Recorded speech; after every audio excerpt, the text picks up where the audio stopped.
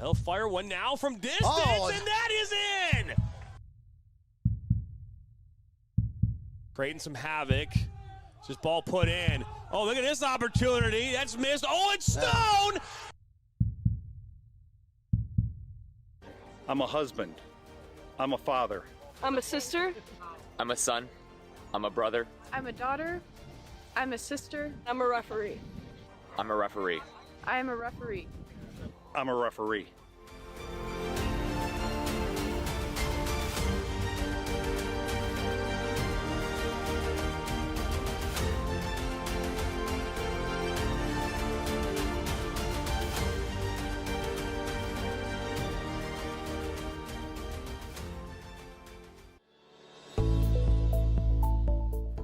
Granite City Food and Brewery has 2 Michigan locations in Troy and Northville. Serves made-from-scratch food, brews in-house beer, and even has brunch every Sunday from 9 a.m. to 2 p.m. To learn more about their daily specials or to book a private party, visit gcfb.com. Make sure you head over to Granite City in Northville at the corner of 7 Mile and Haggerty, or the Troy location at 16 Mile and I-75. Their first ball, their first uniform, their first number, their first teammate, their first goal, their first coach. We take great care in making sure their first isn't their last. We're so much more than a soccer class. Come play with us today at kickstarttoddlersoccer.com.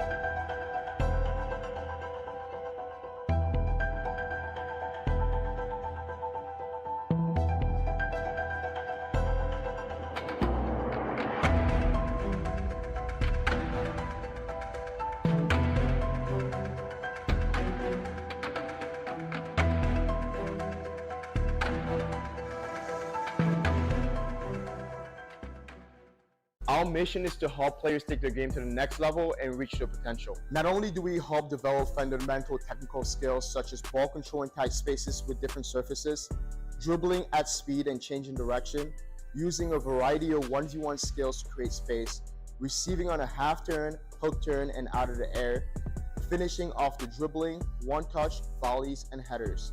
We help players get comfortable performing these skills at game speed, with pressure, and with both their dominant and non-dominant foot.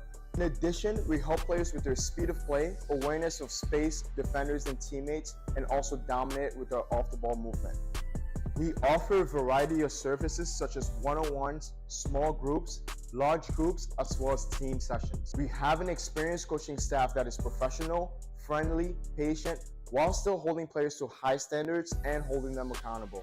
No matter what level you're at as a player, I'm confident we can help you get better. Over the past 3 years, we've built one of the best soccer-specific training facilities in the country and developed one of the most detail-oriented programs to help out players. I watch soccer on the Michigan Soccer Network. I watch soccer on Michigan Soccer Network. لا تنسون تتابعونا على Michigan Soccer Network. I watch soccer on Michigan Soccer Network. I like to watch soccer on Michigan Soccer Network. I watch soccer on Michigan Soccer Network.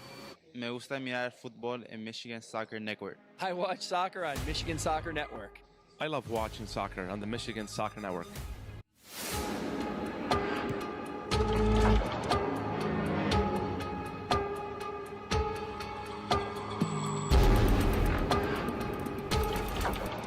Back to Vitriol.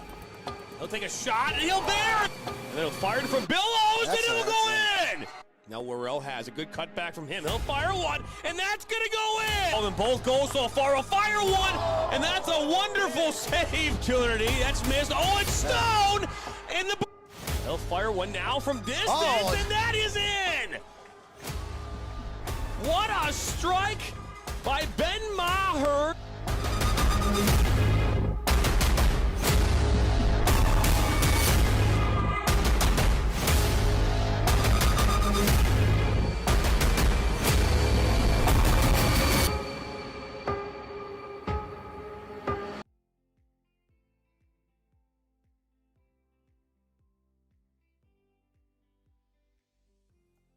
everybody, and welcome into Fordson High School here in Dearborn, Michigan for tonight's Midwest East Championship game, live right here on the Michigan Soccer Network.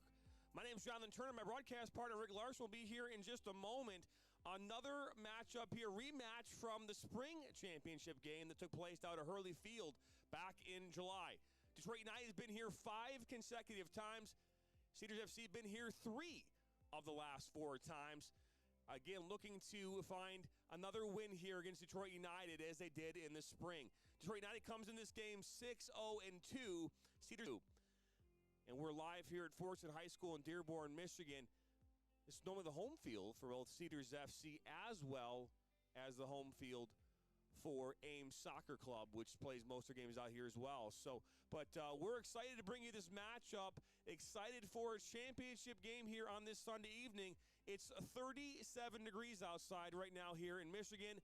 It is 42 degrees in the press box. So we'll be cold here all night long, chattering teeth, I am sure. But we're excited. So don't go anywhere. When we come back here from break, we'll talk starting 11s for both sides and get ready for the first half of this championship match.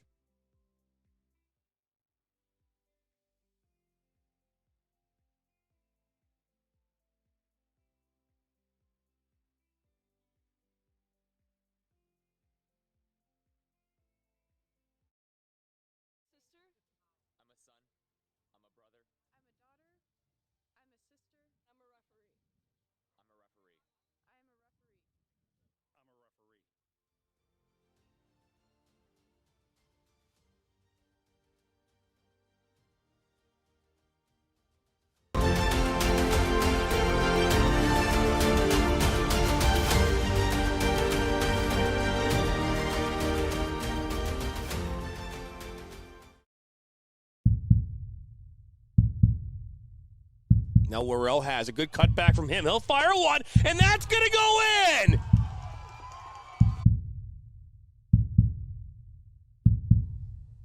Now he'll fire one now from distance, and that is in! Creating some havoc. This ball put in. Oh, look at this opportunity. That's missed. Oh, it's Stone!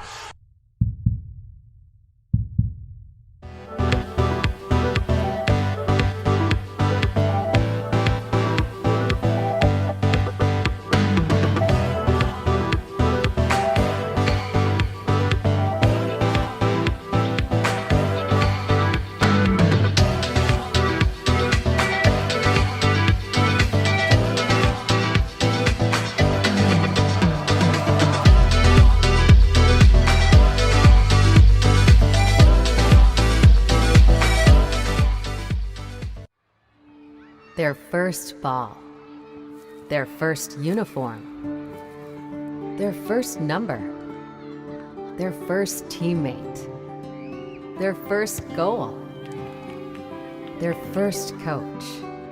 We take great care in making sure their first isn't their last. We're so much more than a soccer class. Come play with us today at kickstarttoddlersoccer.com.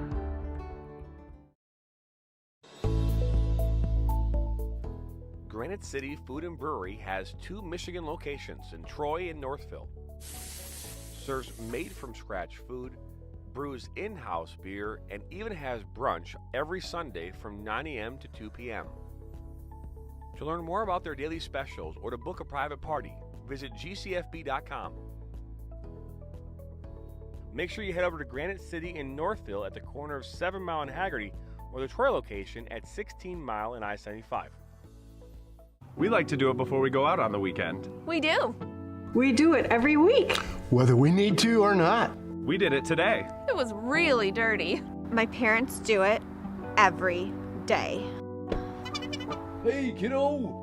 Do it every day with the Unlimited Club only at Jack's Car Wash. Protect your car from the hot summer sun, dust, dirt, and contaminants all summer long with the Jack's Unlimited Club. Join today, starting at just $24.99 a month. Our mission is to help players take their game to the next level and reach their potential. Not only do we help develop fundamental technical skills such as ball control in tight spaces with different surfaces, dribbling at speed and changing direction, using a variety of 1v1 skills to create space, receiving on a half turn, hook turn, and out of the air, finishing off the dribbling, one-touch, volleys, and headers.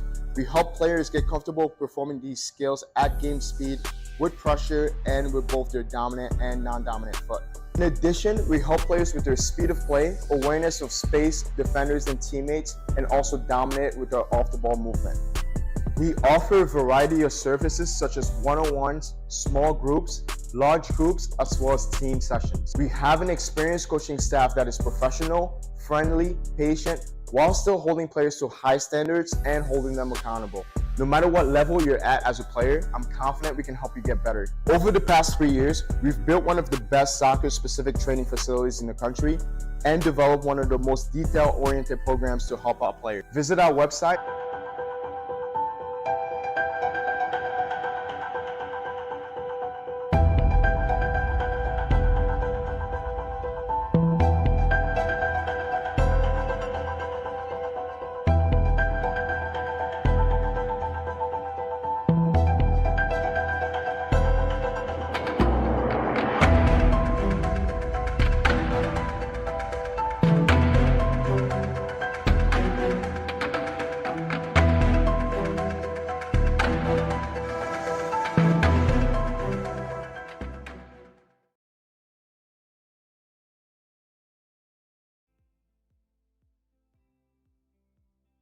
Welcome you back here into Dearborn High School here.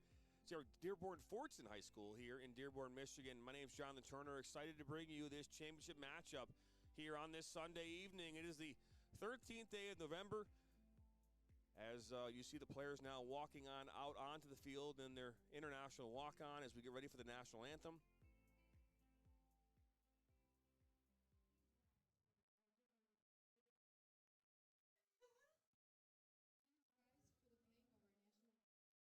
The national anthem here will now take place.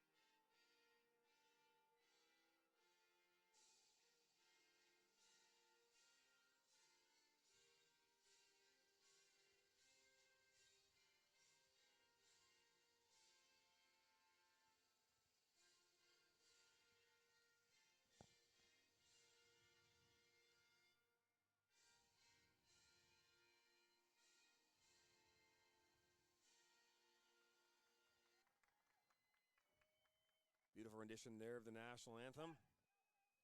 As I mentioned in the opener, these two teams have been here before. Back here in July, these two teams met, and they went all the way to a shootout. Cedars FC coming away with 5-4 there in PKs. Detroit United 6-2-0 on the season, 17 points, 19 goals for, 12 goals against for a +7 goal differential. Cedars FC was 5-1-2. 16 points, tied for second place with AIM.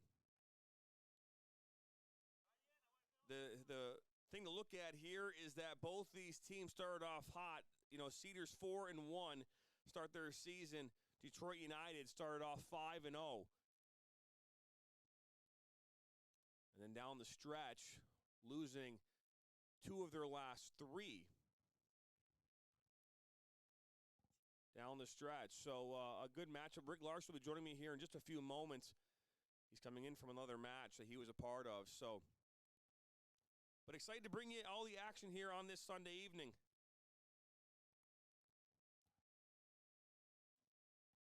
Detroit United tonight will be in the green and the black kits. Cedars FC in the white and red kits. Starting in goal here tonight for Cedars FC, Aiden Hatchett, Brandon Katona, Ali Gamlouche, Wasim Ishmael, center back, Salih Al-Zamzami, is right back. Poppy Gee in the midfield. Haroon O'Day, Majib Nashal, Alberhi, Alabasma, and Babakar Sene will be the 11 for Cedars FC. And then for Detroit United, the home team, Austin Freemeyer, Hector Aguirre, Christian Margalai, Igor Soshevsky, Alex Daulu, Nicolo Balai, Nick Dojic, August Hunter, Esmerald Mejmetal, Lesman Morzan, and then Chikwadi Iguana will be the starting 11 here for Detroit United. As we're about to get underway here from Dearborn, Michigan. And we are underway here now.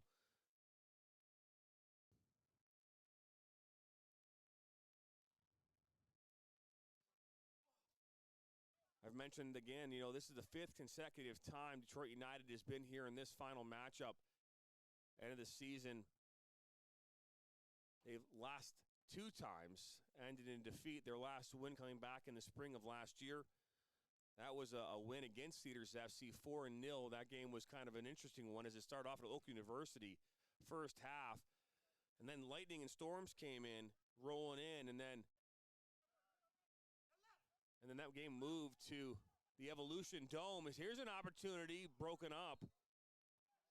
Going to get a flag for offsides. And I'm going to welcome in Rick Larson now. Man, Jonathan, great to be here. It's been a busy soccer day for me, but here I am. Yeah, in lovely, balmy Dearborn, Michigan. Lovely, balmy is the right word to say. Wow. It is. It was snowing a little bit here a little earlier in the last couple moments.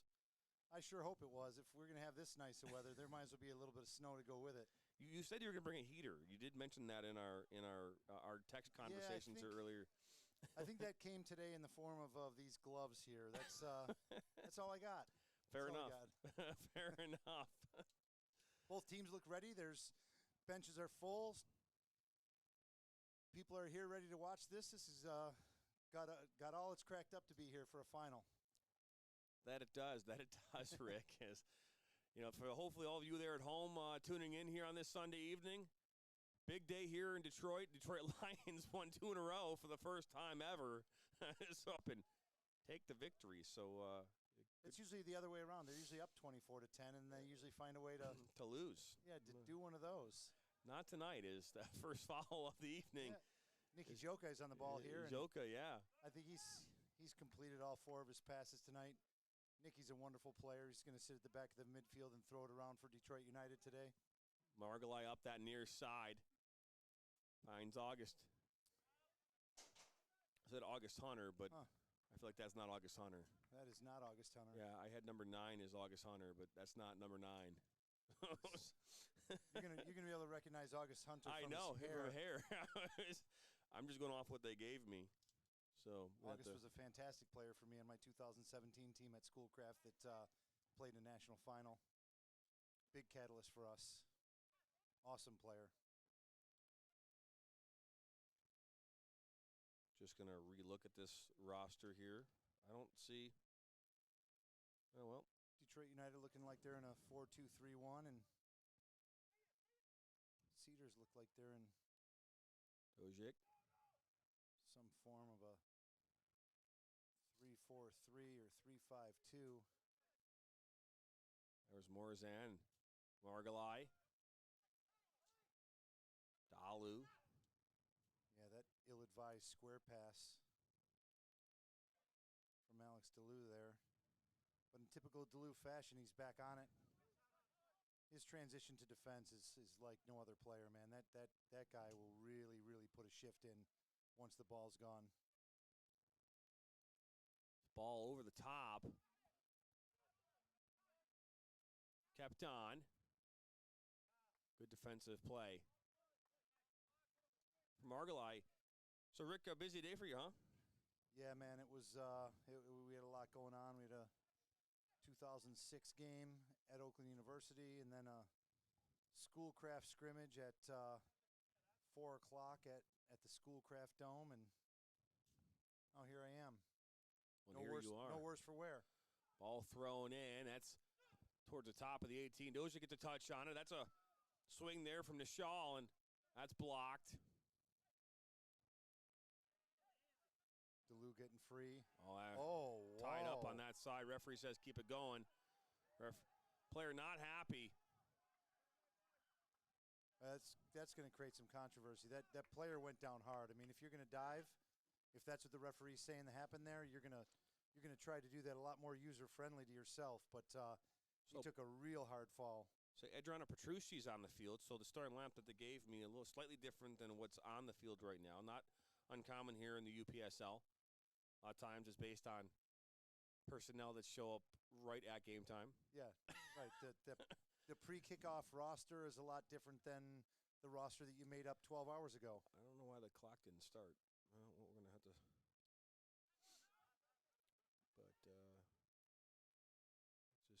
that works. Okay, so the clock's not working. No big deal. We'll just, oops. Cedars trying to pass the ball from side to side and got intercepted there.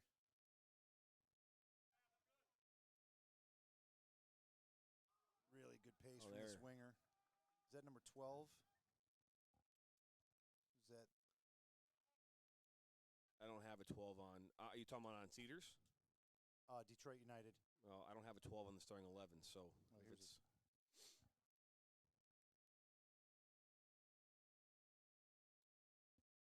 Get the clock right here as we have to. The clock for some reason didn't start when I hit the start button, so we got to make the adjustment, and we will right now as we hit the start, and there we go. Fantastic. So that's Freemeyer. Freemeyer stepped in last couple of weeks. Dozier. Strangely enough, that Nicky there, Jokai. Yeah, Jokai, thank you. How we got connected multiple years ago during a licensing course, Nicky was in that course. Was he really? Yes. He was in that course with me? Yes, he was. Wow. Yes, he was. I don't remember. I thought I would remember that because we had to play. We all had to play in that pitch at the same time as coaches. At the Legacy Center, right? I don't think people realize what coaching. They actually asked 30-plus something coaches to actually move around. Yeah, give it the old college try, and you guys were all up for it. And usually Nicky's well up for it, and I think maybe just played a little bit of possum during that course. Probably had a Detroit United game he had to get ready for. Maybe he did. This goes over the top. Out comes Hanchett for Cedars FC, and this is cleared into the stands. That'd be a Cedars throw, and that was just an errant. It's crazy. I don't understand. We have unbelievable internet, but for some reason, it's like literally not good. I mean, it'll end up recording fine here on our computer, but it's choppy as crap on the internet right now. So I'm not sure if that. I don't know why it's so bad.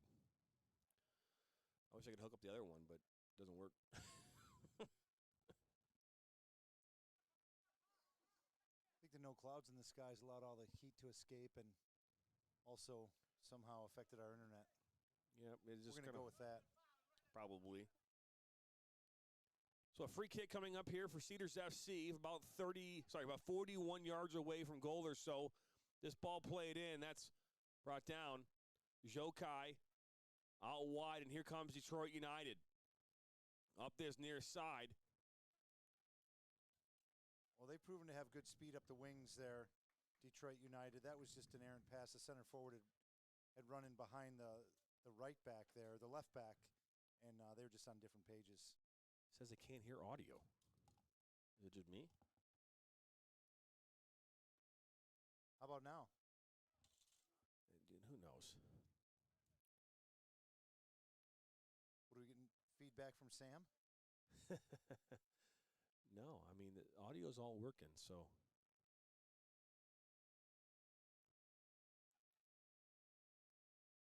DeLu with a nifty little pass over the top, but really well dealt with by the center back from the Cedars. Yeah, that was weird. The sound was not kicking. Center back's playing a game of catch there, and Detroit United's now on it. DeLu riding through a tackle.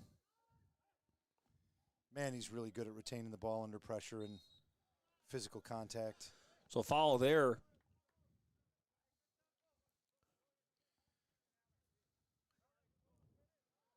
So a restart coming up here is Jokai now. Ball at his feet.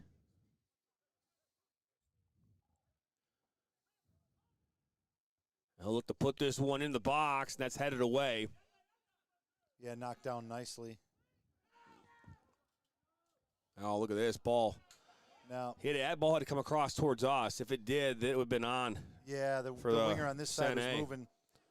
The winger on the far side was they were not on the same page at all.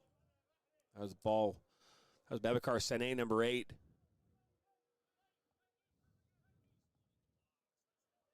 That's Socheski. Switch to that far side.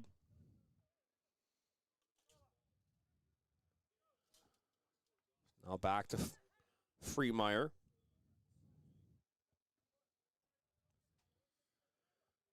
Socheski once again looking. Really good interception For Morazan, and Morazan came flying in front of that winger. Cut that off. O'Day. Gom loose, looks to go over the top. Good defensive play by Belay.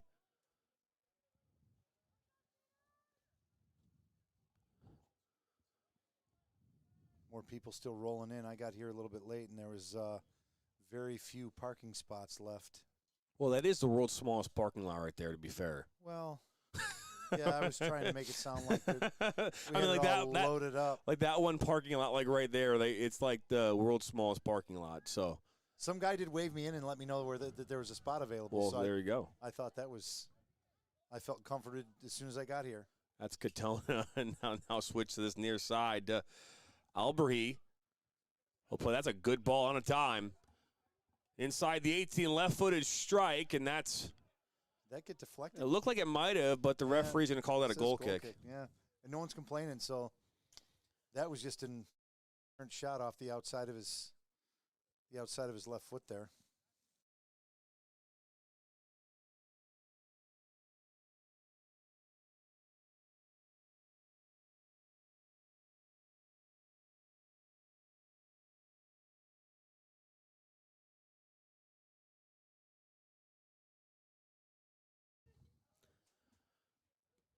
Margalai inside to Jokai. Good work there, Aguirre. Detroit United doing a good job moving the ball around, moving Cedars FC around. Can see a little bit more how Cedars FC are playing. They're playing in a traditional 4-3-3 that kind of falls into a 4-1-4-1 in defense, and then it allows this outside back here. What's his name? Number 12? Katona. Katona. I got to address this. Fix the video, bro. It keeps lagging every 2 seconds. How should I respond to that? Should I? Well, I don't know. The guy in the truck down there, is he the hamster on the wheels going too slow? I can set the broadcast down for a second and just restart it. I don't know why the internet's working the way that it is. We have unbelievable internet speed out here, so I couldn't tell you why. With a great interception in Nicky Jokai now. So, but yeah, who knows? Yeah, it is what it is. So that's my response, Jokai. As always, we're just here doing our best. Morazan. Good news is playback will be better. When you watch it back, it won't have the glitches? Nope. And then if not, it records right to our computer, so we can. That's a foul. It records right to our computer, so worst case scenario, we'll just upload it, as I always say. There's always what you can do. Oh, restart it. There you go. Restart what? The stream? Or restart the computer? I think that our guy in the truck's got a hand crank to restart the computer. So I don't know if that's gonna. I don't know if we have time for that. Do we? I mean, it goes from 3,000 kilobytes per second down to 2. I mean, it keeps fluctuating. I'm not sure. That's a foul. Yeah, I think we're gonna have to call that a foul. It's a really. I mean, I'm looking at it right now. I only need about 13 megabytes per second of upload speed at any given moment. It's in the green right now. It'll fluctuate from now. It's in the red. It keeps dropping in and out. So I don't know if there's a signal issue out here in this area for some reason, but it keeps kind of bouncing around. But, hey, it is what it is. Sochevsky puts this one back in.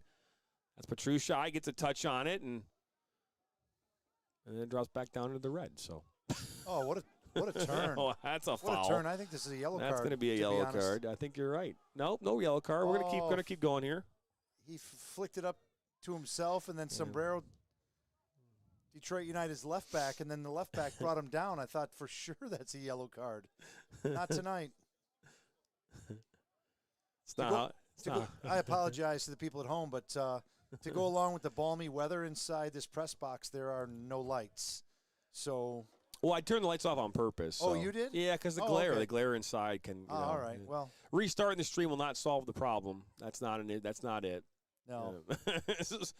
So. I need my own little headlamp in here to read my rosters. Yeah, I'm sorry, man. It's all right.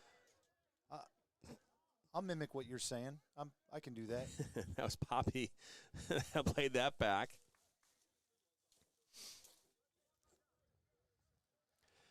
Yeah, no, unfortunately, when it comes to the technology here, that what's happening right now can be a combination of factors, but we test the stream prior to any broadcast, and it is what it is. So we work through it. The worst case scenario is this game will be available tomorrow on a full upload. So nice combination play with DeLu and the left winger from Detroit. Oh, that's a United. giveaway. Oh, and that's going to be a yellow I card. think we're going to get a yellow card there. Yeah, that's a yellow card foul. I would concur with that statement. Yeah, I think Mikey, as he's known, did a little behind the leg pullback, and Cedars FC player was having none of it and dropped him. So a free kick here now, right 29 yards from goal, give or take an inch or two.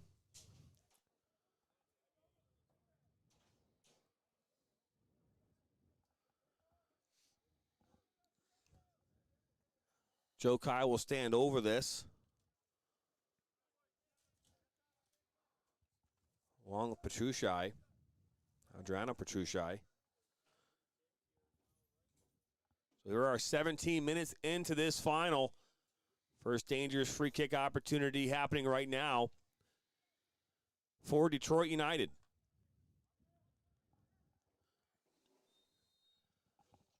Joe Kai will be the one to take this. Joe Kai with a shot, and it's a save there by the Cedars FC goalkeeper, Aiden Hanchett. Nicky put it in a really good spot, but I think Hanchett was prepared for it. He kind of shaded back that way, and as the ball was spinning and curling toward the goalpost there, Hanchett did a really good job of collecting it and restarting the attack for his team. Bosma plays it up. Alberhi. O'Day. Sochevsky gets ahead on that. Katona now. Good switch to that far side. Now inside the box, and we'll just shield that one out, does Aguirre. Hector Aguirre did a great job of cutting the run off there and then just seeing the ball to go out over the end line.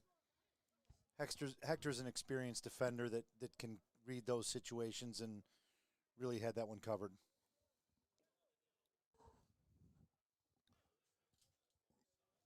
It is cold. I will give that credit to Mother Nature. We've been kind of blessed the last few weeks, Rick, with where we've either called games or the weather. Yeah. So there's a foul. Yeah, it's another wrong side foul. Some of these fouls are a little bit, the players are a little bit loose with their decisions and lack some discipline. It's not conducive to finishing these games with. Was Iguana on the foul there? Full sides. Ball put back in and a shot fired from almost 50 yards. And that ball then deflects off Joe Kai. Put in far post. Unable to bring that one down. If I'm a betting man, that forward was offside, but that's not how the referees saw it. He looked like he snuck in behind that line. But he tried to receive with his chest, and it went right down to the Detroit United back line players who cleared It hit off Alberhi as he was trying to bring it down and just unable to do so. Yeah. Now Joe Kai knocks it back to Iguana. Out wide to Petrucci. 4 one-touch passes in a row to break that pressure from Detroit United. That was insightful, skillful, and important. Aguirre overplays that one to Shachevsky on this near side. Yeah, Hector's a player that I'm familiar with. He played for me in 2016, played for Owens Community College in 2015, and then went on to play at Cleary. He makes his money on the defending side. He's not a guy you bring in there to construct your build-outs. He's such a rough-and-tumble defender, and he really has great insight into how players attack, and he can always shut that stuff down.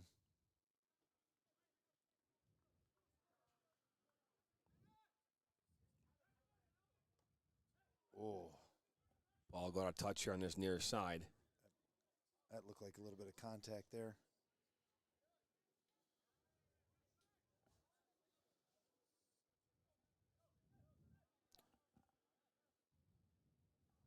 Both groups are well organized. You can see the intent at which they want to play with, and both groups are certainly well organized on the defensive side and have been able to shut down some of these attacks that have happened certainly in transition and through possession.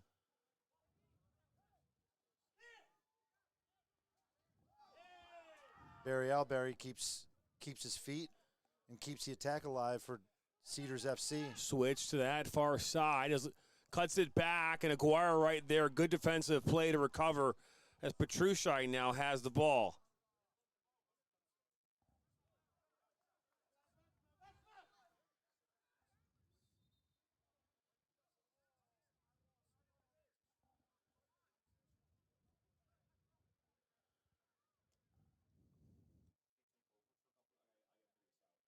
Yep. Detroit United trying to figure out who's going to take the throw in here. They've thrown it in, and as far as the ref's concerned, they didn't do it right, so they're going to do it again. Hector Aguirre's on the ball now. Changing the point of attack. Mikey keeps possession alive. There's another really bad foul. I got a sneaky suspicion that if the referee doesn't get this thing under control with some more yellow cards, that there's going to be a few more hard fouls to be had. I couldn't agree with you more there, Rick.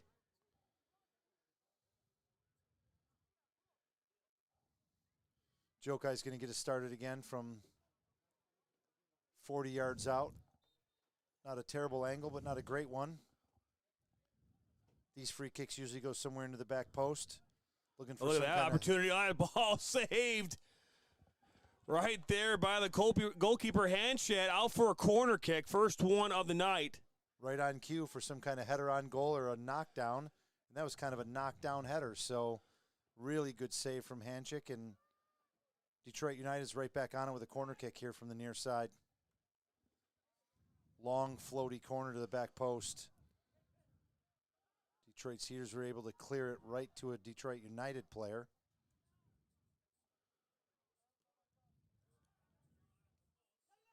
Cedars choppy in the build-out, but now they found a guy in behind a center back, and now it's 2 versus 2. Oh, look at this opportunity. Shot struck, goes over. We're going to call that a deflection, though.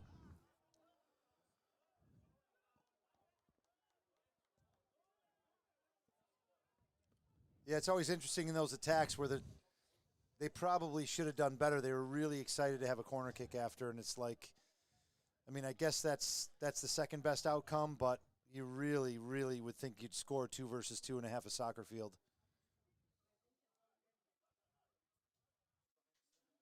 Great defensive header, and here comes DeLu on the run. He's 8 right past Cedars defender. Combining with the winger there. Plays an errant pass, intercepted by Cedars.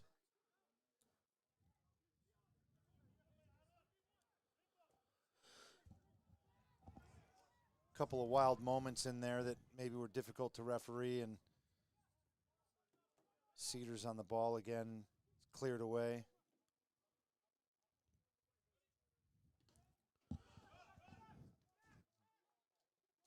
Big full swing clearance that gets knocked down and blocked out of bounds for a throw-in for Detroit United.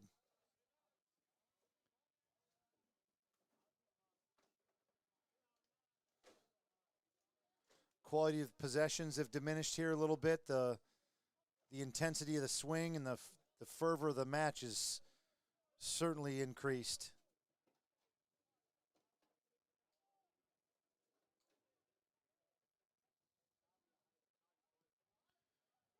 Jokai knocking one in behind.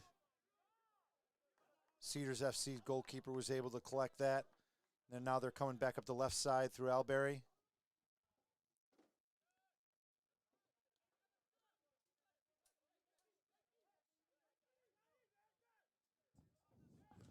Chosen to slow the game down here a little bit.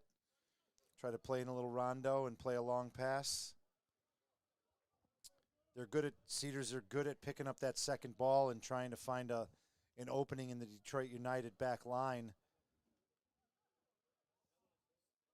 That was a great read on the knockdown and almost sprung a guy for another breakaway.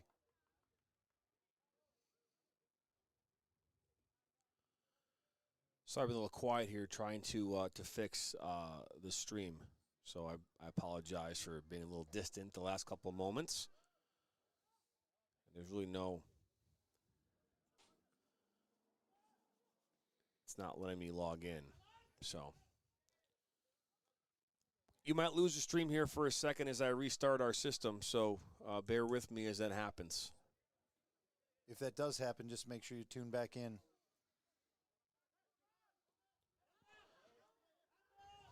Detroit United player goes to ground, and maybe it hit his hand.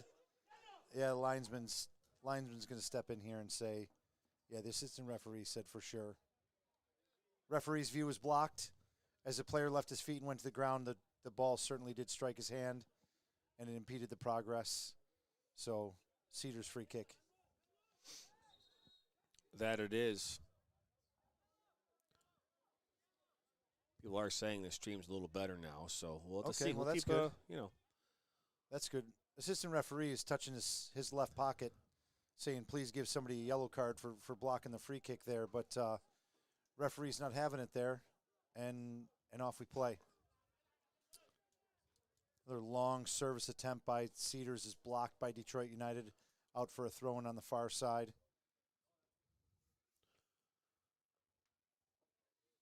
Ball thrown in, and now foul called on that far side. Well, that ball was way gone. There was contact between two players. They are acknowledging each other as potentially an accident over there. We can barely get through about 4 seconds of action on the field without there being another foul called, and I'm not sure that there's only been one yellow card to this point, and I'm not sure that the referee is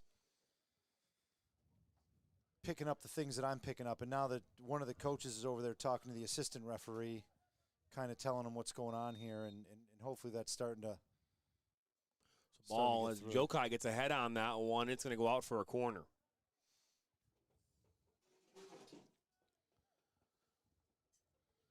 How we doing? How's our? I'm not even going to answer the question. Harry Hutt's in the truck. We're just smoothing straight through it. It just dropped. It goes. The thing it's saying we have a hub that we use. It's saying that we're at full go. No, we're saying that we've used all of our gigabytes for the month. I find that hard to believe. I'm the one that uses it. You've only used it twice this month as this ball is played in. That's an opportunity. That goes just wide. Is somebody stealing the Michigan Soccer Network's internet? No, I don't know. Are they connecting to our hub without your knowledge? I've only used it twice, so in the month of November. So how many days into November are we? We're 13 days in. 13 days in. You've used all your gigabytes. 100 gigabytes. Okay, that seems like a lot of gigabytes. Yeah, it does. I don't know how to measure that in real time, but that's a lot of gigabytes. Well, the flag did go up. Yeah, that was not an easy moment there, as the back line was moving up and then back, and then the front line from Cedars was moving back and then forward, and the referees, they sorted that out, and the center forward was offside.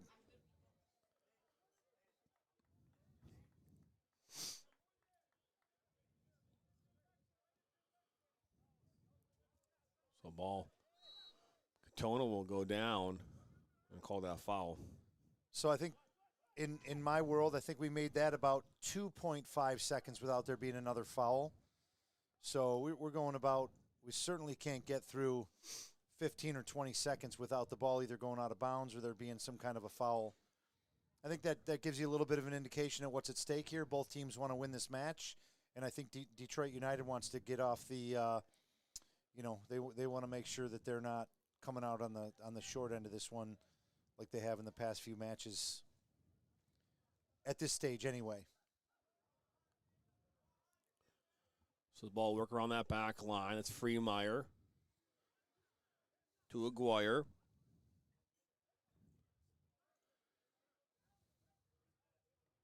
Delu out here to Margalai on this near side.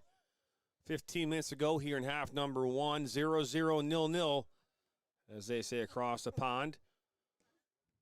Good ball movement there, broken up by Katona. That's O'Day now on it. And yeah, those three players, number 18 for Detroit United, Nicky Jokai and Alex Delu, did a great job of playing some deceptive combination play in the middle of midfield there. Oh, now ball out wide. Just past a sliding Jokai, they were able to change the point of attack. Now they'll probably play some long pass inside the box. Sene puts this one in, it's cleared away.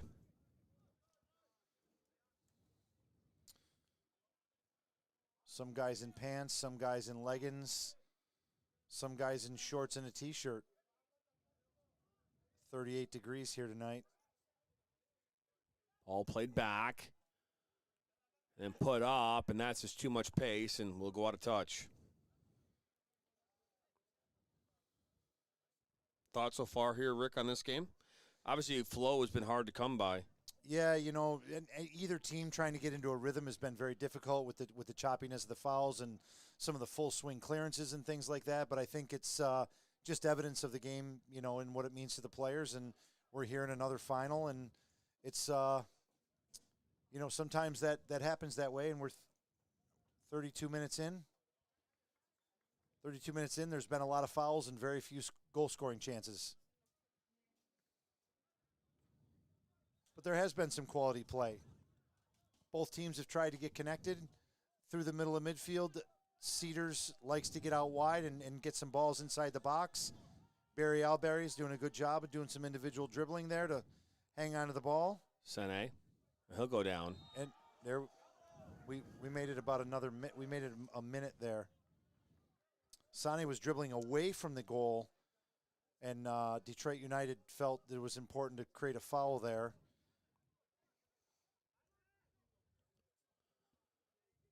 The referee's trying to get the game underway, trying to get the players back. Managing this game and managing the occasion, this is going to be a task. These games are not easy to officiate. No, they're not. Ball played in by Katona, a little back heel to go to Freemeyer. It's not. I mean, men among men. I mean, you've got players from here on both sides who still playing high school and men who go to full-time jobs, 30-plus years old, maybe playing in these games. There's a lot of experience out there, yeah. and you can see the decisions that they're making and the way that they try to get connected and the physicality and what it means to enter a tackle and enter a challenge. There's some man-sized challenges out there that are not for the faint of heart, and it makes for a complex environment. As a matter of fact, that's why you love it. On the Cedars FC side, we have a dream team player, Ellie Jafer. Ellie Jafer's on the Cedars FC bench here today. Ollie Jafer's been making his way around. He was on the Vardar U19 bench on Friday night for the game that we were so fortunate to call. What a quality match between the Michigan Wolves and Vardar. And, Ollie Jafer came off a fantastic high school season where he's helped to lead his team to a state semifinal. Yep. and he's just trying to find his feet on some of these teams that he enjoys playing on. Yeah, I'm sure we'll see him tonight. I expect we might see him as well. A lot to play for here. The winner of this game will go on to play against Chicago Nation here next week. And that'll be a home game in Michigan for them? Chicago Nation, I think they're not playing anyone as of right now in that final. That's been decided. So no, I believe they're going to go to probably a neutral location. Like somewhere in Gary, Indiana, maybe? Yeah, I don't know, man. Sometimes they'll travel to Indiana. Sometimes they'll travel to Ohio. I mean, these regional tournaments can send you anywhere. I tell you what, let's meet in luxurious Gary as the winner of two sides, from one from Chicago, one from Detroit. Let's tell them what they've won, Bob. Looks like August Hunter might be getting ready to come in now. That's August Hunter. That. Again, if you looked at my roster that I have, it says 9 is August Hunter, but now, I mean, he's coming on. You can't even see his number. How would you ever see his number? Yeah, but you can't. So man, he's all hair and legs.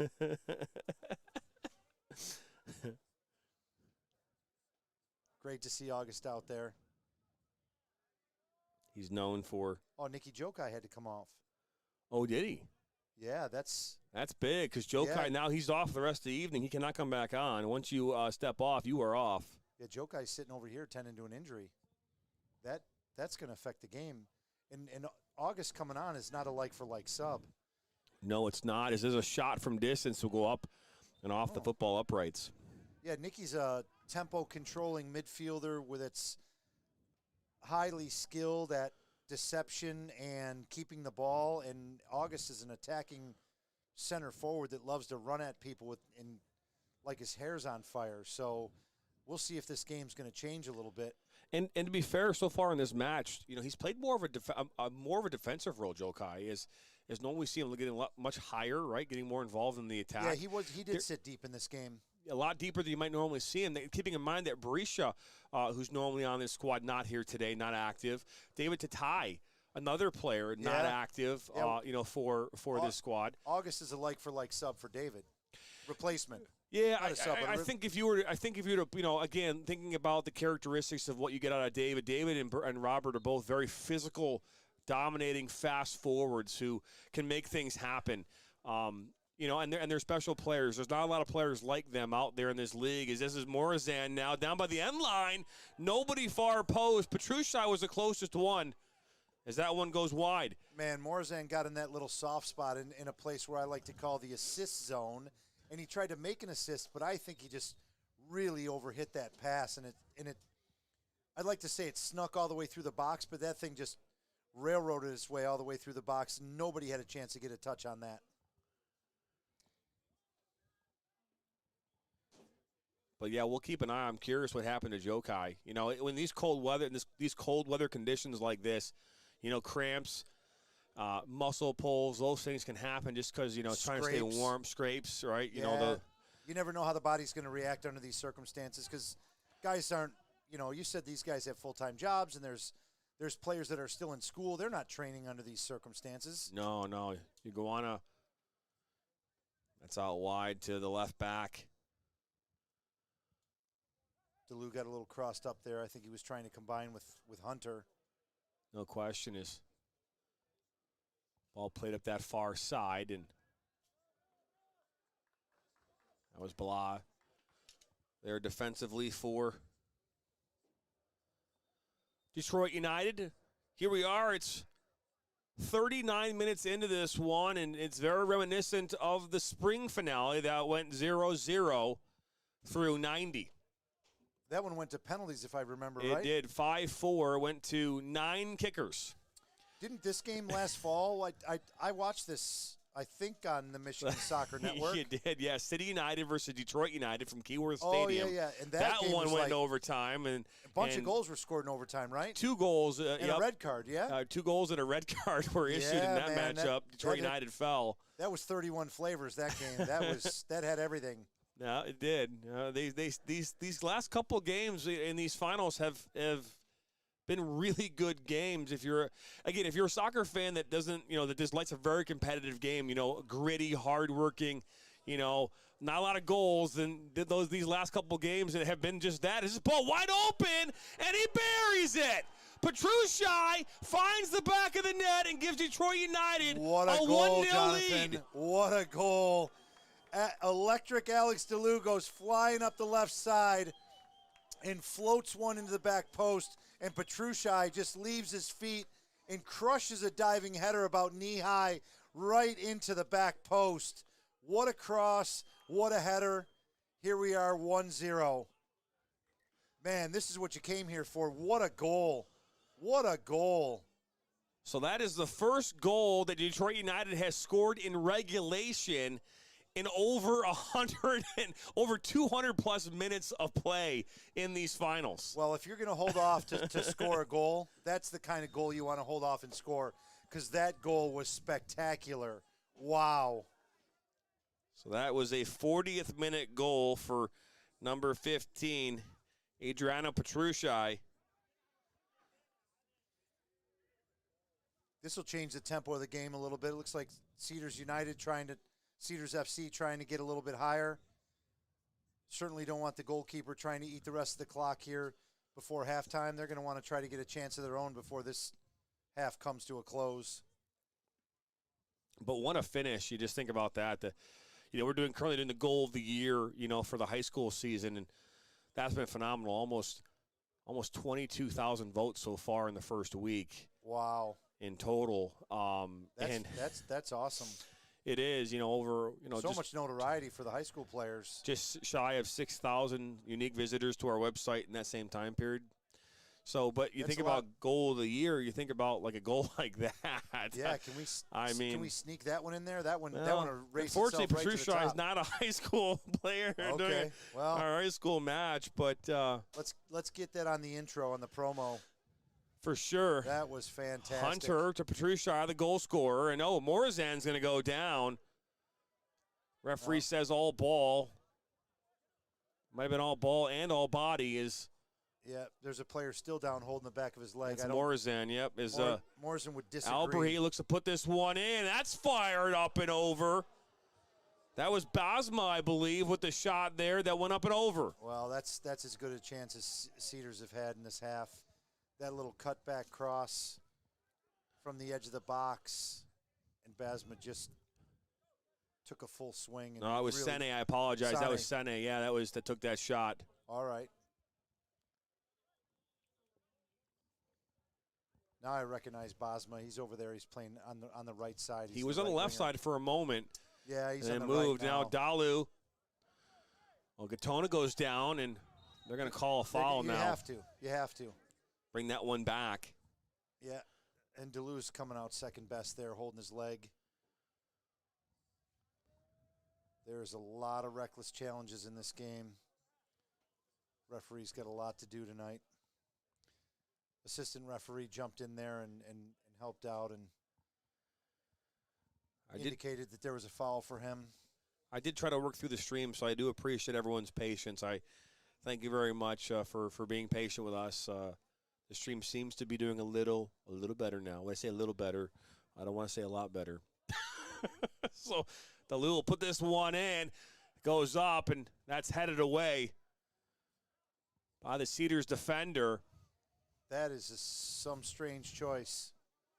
I think they're trying to get the ball back to Alex DeLue there, Detroit United, but that pass went square and backwards and to nobody.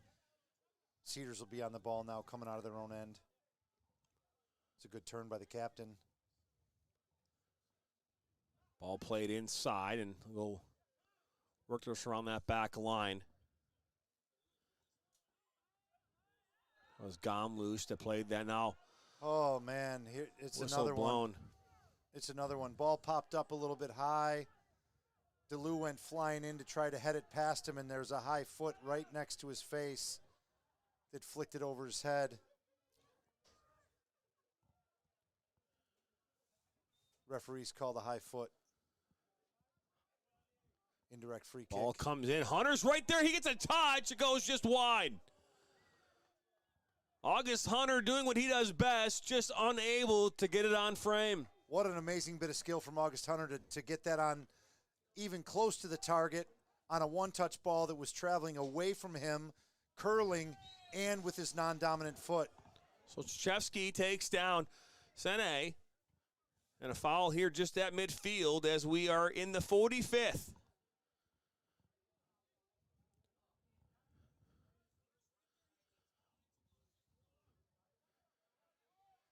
Great defensive header from the left back for Detroit United. Now there's a followed that up with a foul. Oh, we from got the some wrong shoving side. going on now, and this is something we don't want to see as players come over. Yeah, the referee called a free kick, and Detroit United kept the ball away from Cedars, so they couldn't get the free kick started. It's something you don't want to see in a game like this, right? And you know, it is a shame. For the sake of the organization of tonight's game, there needs to be at least a couple more yellow cards given out here. Yeah, especially in that moment, right? I mean, Yeah. Okay, yellow card just shown, so there we go. Okay. There's a yellow card. Okay, so yellow card There we was go. issued. Not quite sure who it was. Probably just, Yeah. collectively to a bunch of people. Yeah, just calm it down. Calm the game down. Let everybody know that he's paying attention and he's not having it. This is not going to turn out this way on his watch tonight. Excellent job, referee, in that moment. Yeah, you got to be careful there, right? Got to be careful in regards to, we don't want to have mass confrontations and games being abandoned, right? And I had a chance to talk with, the head coach, for Detroit United here at the beginning of this game, and we were talking about just, some different moments, throughout this season for Detroit United, and there been some moments of struggle. You and Benny When it comes Ketai to- had a little conversation? No, I was talking with one of the other trainers, Marcel. Got it. But I know Benny, and Benny, obviously the brother of David. Yeah. But we had a conversation about that. Talking about this ball played in wide open. That was an excellent cross coming off that free kick. Bent with the inside of his right foot, just in behind the right center back for Detroit United. Alzam Sammy had a wide open look. Zammy he got a free header, as they say, and it just put it over the bar. Well, and that's what Detroit United was trying to guard against by, trying to shut that free kick down. They didn't want to give away a goal here before halftime, and they'd like to go in at 1-0 up, and then everybody would like to have all their players. So I think the only people that didn't get what they wanted out of it was Cedars FC. Got to get out of this half. So But they're going to get another free kick here. You just want to get out of this half now. It's unscathed. A couple yellow cards being issued. We're here in the 48th minute now. Third minute of stoppage. I always wondered, you count a goal that's scored in stoppage time. Do you count it as a 45th or do you count it as a 48th? Well, I don't know if he's scoring the 48th and then 3 minutes in the second half a goal scored. 48th. Two goals have been scored in the 48th? Yeah, I don't know. I think it's 45th minute goal. I think it's what it's scored as. Katona. I know at the end of the game. That was Sammy. Now here's a shot far post that goes wide. Barry Alberry just unable to get that one on frame. Caught that with his left foot and he just pulled it about 2 yards wide. I think that will be the end of the first half. What are your thoughts? Yeah, the game's a very competitive game. You can see the intent from both teams. I mean, obviously it's a competitive game and they want to win. I think that they got to figure out how to control their emotions, and I think the team that can reduce the fouling. I know that sometimes the fouling is important because you want to shut down attacks, but too many fouls leads to yellow cards and then a reduction of players, and then then you're in an upside down situation. But I think the team that can exhibit the most restraint in defense is probably going to end up with the most chances. Well, I do agree with you on that one, Rick, and it's true. But here we are at the half. It's 1-0. Detroit United off that goal from Adriano Petrucci in the 40th minute. And that's where things stand. Don't go anywhere. You're watching the UPSL Midwest East Final right here on the Michigan Soccer Network.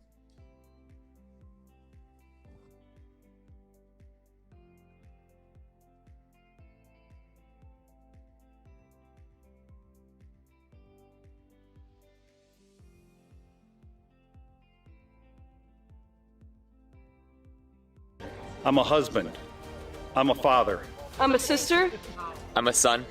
I'm a brother. I'm a daughter. I'm a sister. I'm a referee. I'm a referee. I am a referee. I'm a referee.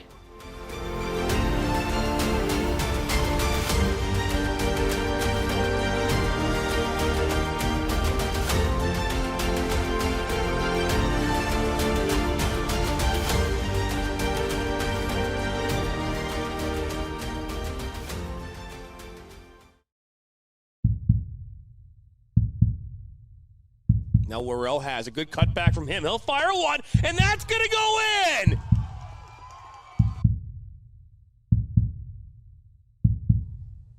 Now he'll fire one now from distance, and that is in! Creating some havoc. Just ball put in. Oh, look at this opportunity. That's missed. Oh, it's Stone!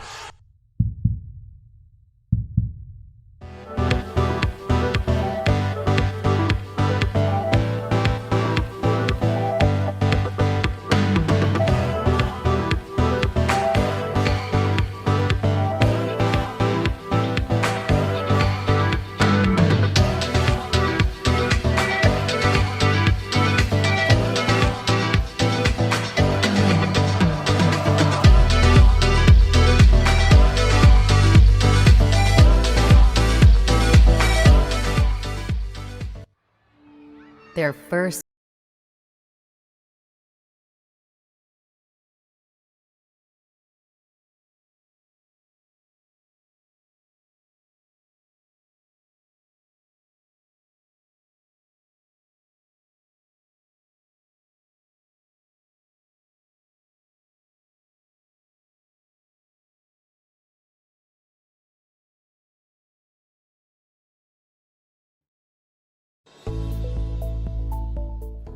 Granite City Food and Brewery has 2 Michigan locations in Troy and Northville. Serves made-from-scratch food, brews in-house beer, and even has brunch every Sunday from 9 a.m. to 2 p.m. To learn more about their daily specials or to book a private party, visit gcfb.com. Make sure you head over to Granite City in Northville at the corner of 7 Mile and Haggerty, or the Troy location at 16 Mile and I-75. We like to do it before we go out on the weekend. We do. We do it every week. Whether we need to or not. We did it today. It was really dirty. My parents do it every day. Hey, kiddo! Do it every day with the Unlimited Club only at Jack's Car Wash. Protect your car from the hot summer sun, dust, dirt, and contaminants all summer long with the Jack's Unlimited Club. Join today, starting at just $24.99 a month. Our mission is to help players take their game to the next level and reach their potential. Not only do we help develop fundamental technical skills such as ball control in tight spaces with different surfaces, dribbling at speed and changing direction, using a variety of 1v1 skills to create space, receiving on a half turn, hook turn, and out of the air, finishing off the dribbling, one-touch, volleys, and headers.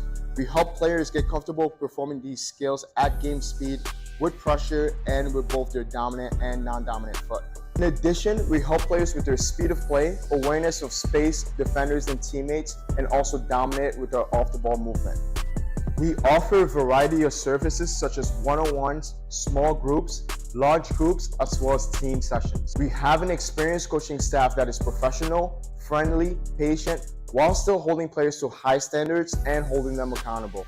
No matter what level you're at as a player, I'm confident we can help you get better. Over the past 3 years, we've built one of the best soccer-specific training facilities in the country and developed one of the most detail-oriented programs to help out players. Visit our website.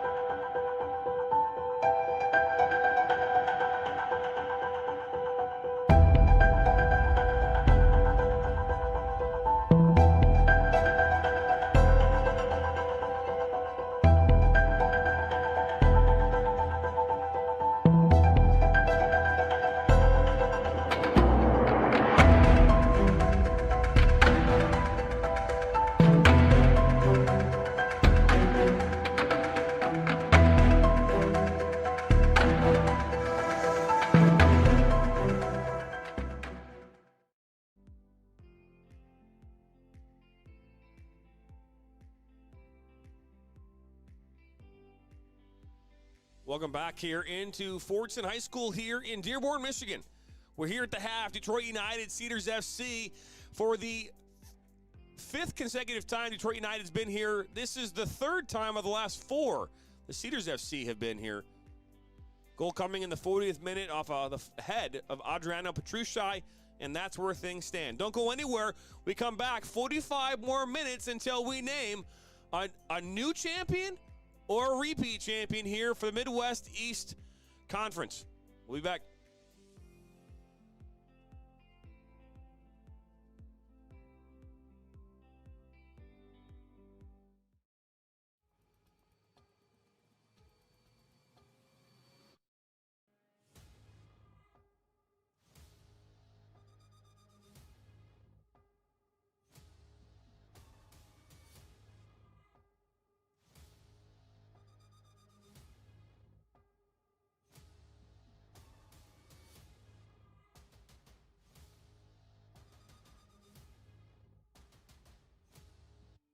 Their first ball, their first uniform, their first number, their first teammate, their first goal, their first coach.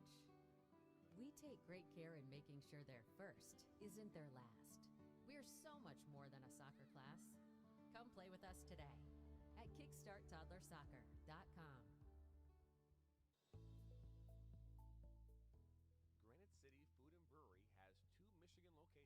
Troy and Northville. Serves made-from-scratch food, brews in-house beer, and even has brunch every Sunday from 9 a.m. to 2 p.m. To learn more about their daily specials or to book a private party, visit gcfb.com. Make sure you head over to Granite City in Northville at the corner of 7 Mile and Haggerty, or the Troy location at 16 Mile and I-75.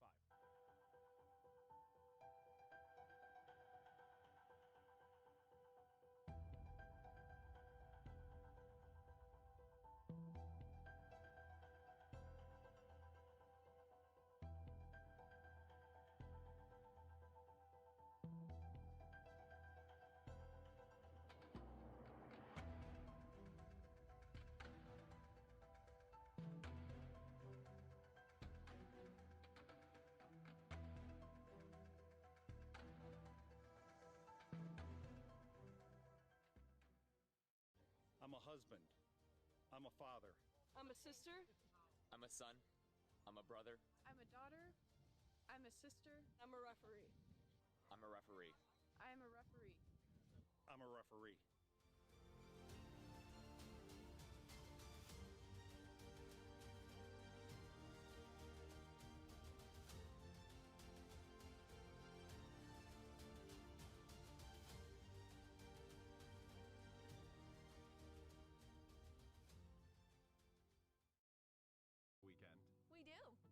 We do it every week. Whether we need to or not. We did it today. It was really dirty. My parents do it every day. Hey, kiddo! Do it every day with the Unlimited Club only at Jack's Car Wash. Protect your car from the hot summer sun, dust, dirt, and contaminants all summer long with the Jack's Unlimited Club. Join today, starting at just $24.99 a month. I watch soccer on the Michigan Soccer Network. I watch soccer on Michigan Soccer Network. لا تنسون تتابعونا على الميشيغان ساكر نتورك. I watch soccer on Michigan Soccer Network. I like to watch soccer on Michigan Soccer Network. I watch soccer on Michigan Soccer Network.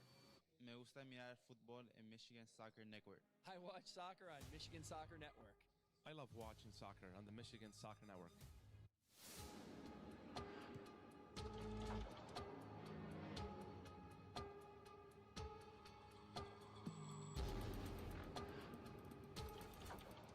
Back to Vitriol. He'll take a shot, and he'll bear it! And then he'll fire it from Billows, and it'll go in! Now Worrell has a good cutback from him. He'll fire one, and that's going to go in! And both goals so far. He'll fire one, and that's a wonderful save, Trinity. That's missed. Oh, it's Stone! And he'll fire one now from distance, and that is in! What a strike by Ben Maher!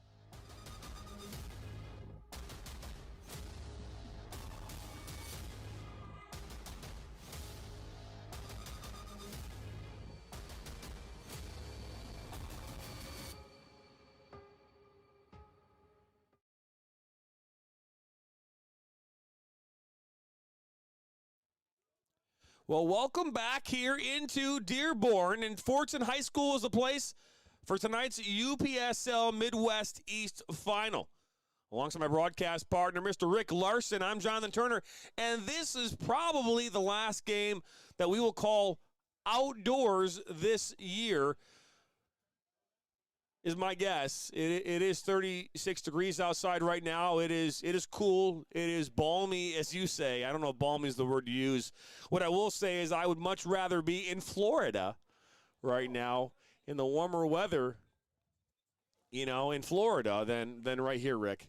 Yeah, I think that's safe to say. It is a little bit balmy, and I think for the fact that this is going to be our last outdoor game, we can really feel the effects of the outdoor environment inside this press box with the windows open. I think it might be 36 or 38 degrees out there, and I think it's like 41 degrees in here. So, yeah, I will say this: it is a much nicer, I think, environment for us in here than it is out there for my daughter Brianna, not our daughter, my daughter Brianna. Just for you viewers at home, it is not our daughter. Brianna, how you doing down there as our camera person? Are you doing okay? Are you doing okay? Yeah. Can't hear you. You got to put that microphone on. Yeah, put it on. Oh, I'm going to get it closer to the thing that makes a noise on your face. So how does it feel out there? It's 42 degrees here in the press box. What's it feel like down there in the concourse covering this game? It's 33 degrees outside, but 33. It feels more like 28. Well, okay, all right. The real field temperature degrees by Brianna is 28. Yeah, we did go out and buy her some special gloves today. Gave her some more jackets and more sweaters to wear for the weather. Got her a heated blanket that does not have the cord. I didn't realize that until we got it up here. But the third member of our broadcast crew, Brianna, you're doing a fantastic job on camera tonight. Thank you very much. Thanks, Brianna, for everything you do.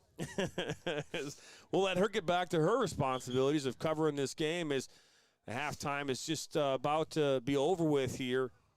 Yeah, and all the fans have made their way onto the field for a little kick around and some little halftime celebration, I guess. A little keepy-uppy. But,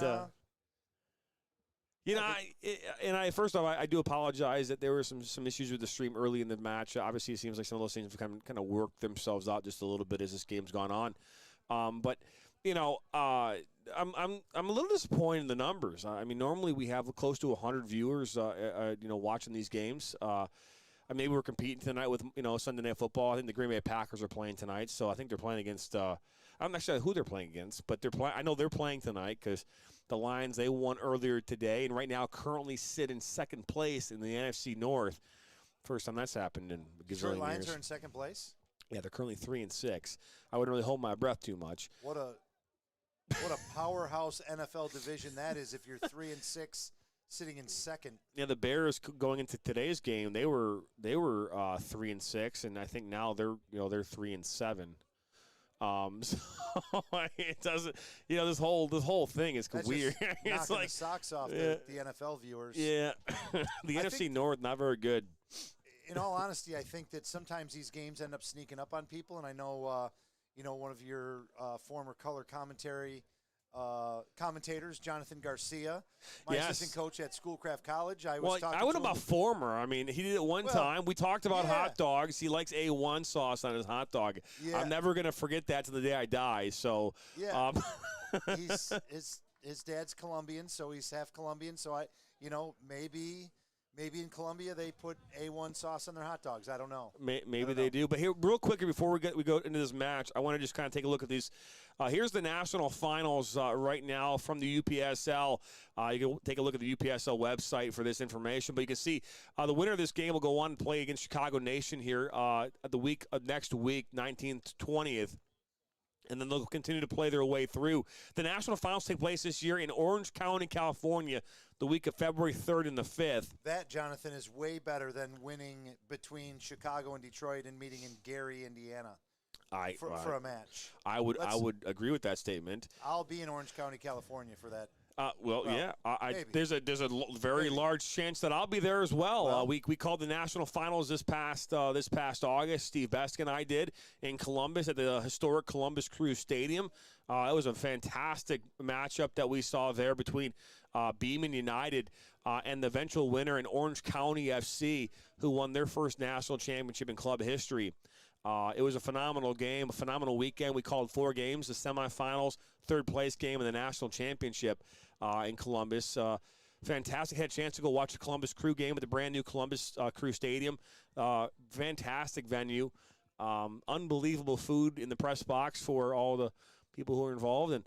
But either way, we're getting ready here for this second half. 45 minutes to go here in this UPSL Midwest East championship matchup. You can see again the Detroit United in the green and black kits going right to left on your screen, and in the white and red kits going left to right will be Cedars FC, currently down 1-0 after that 40-minute goal from Adriano Petrucci.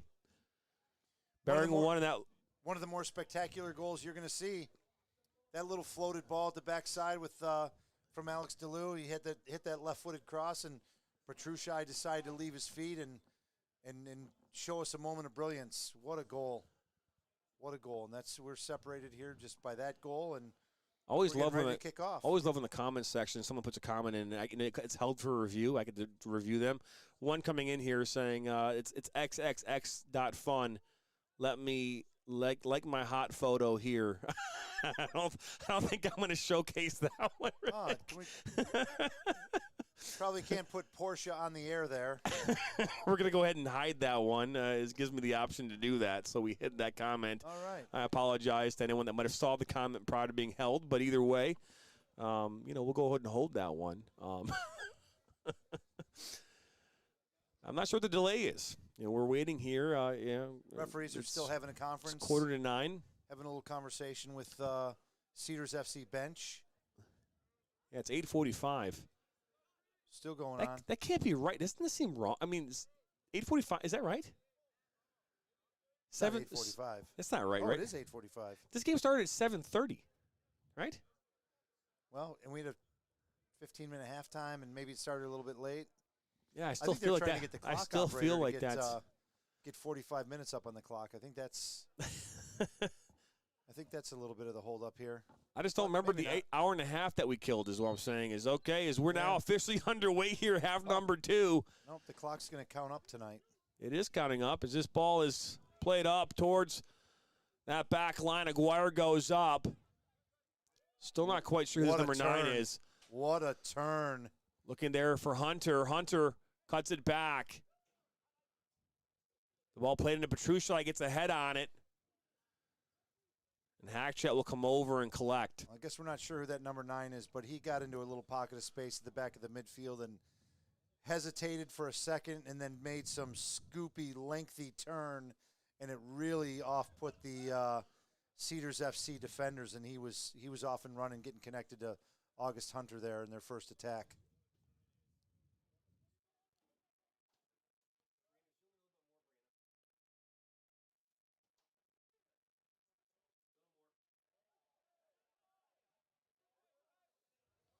Detroit United asking for a handball there. The left back from Cedars brought it down in kind of a crouched down little ball position. at the top. That's not bad at all. Can he bring it down? He can't. I believe that was Albrahy. Yeah, that was a tall order to try to bring that down and put it in a useful space. Albrahy there. That's good defensive work from Margolai, but thrown back in. Chesky comes over. And that one does not stay on the pitch. It does not. Assistant referees right there to call that out. Those floated passes, like I was saying, Jonathan, those are better served to be knocked down and turned into some combination play instead of trying to bring it down yourself. The defenders have too much time to get in underneath them. Hey, I forgot to ask you this because you guys were were impacted by the hurricane in Florida. How is your place doing, by the way? Yeah, everything's good. We just there's been some nominal assessment. Oh, look at the little flick. That goes right into Freemeyer's hands. But everything's okay, though? Nominal golf course assessment that's been handed out to the members. So, yeah, I'm going to be paying some kind of assessment fee that I'm going to fight here for a little bit and then probably at some point have to succumb to. How far is your place from the ocean? We're like 4 miles. That's not bad. We're like right from Minnesota Beach, Sharktooth Beach. So, you know, the water didn't, there was no storm surge that got up to affect our property, but the golf course had a bunch of drainage tile collapse and things like that. So they got about $750,000 worth of golf course work they got to do, which is very low priority compared to all the other things that needed to get fixed. Yeah, I can imagine. There's a foul. That is a hard foul, cleats up, reckless. Referee comes over, doesn't really do a whole lot. At least from here, it doesn't look like he did a whole lot, but. Yeah, the stepping between the players is certainly something that helps to cool everything off. Throw a little water on the situation. However, we're back. Oh, that was on DeLue. So, of course, that's going to get Detroit United's dander up a little bit. Certainly don't want their playmaker Especially since Jokai is not on the field anymore. Yeah, they're going to really have to rely on DeLue for the creation of goals and the setup and in those transition moments. And obviously he was the one that created our only goal of the game. And now he's hobbling a little bit, which is going to make it that much more difficult for Detroit United. So a free kick here coming up for Detroit United, already up 1-0 here.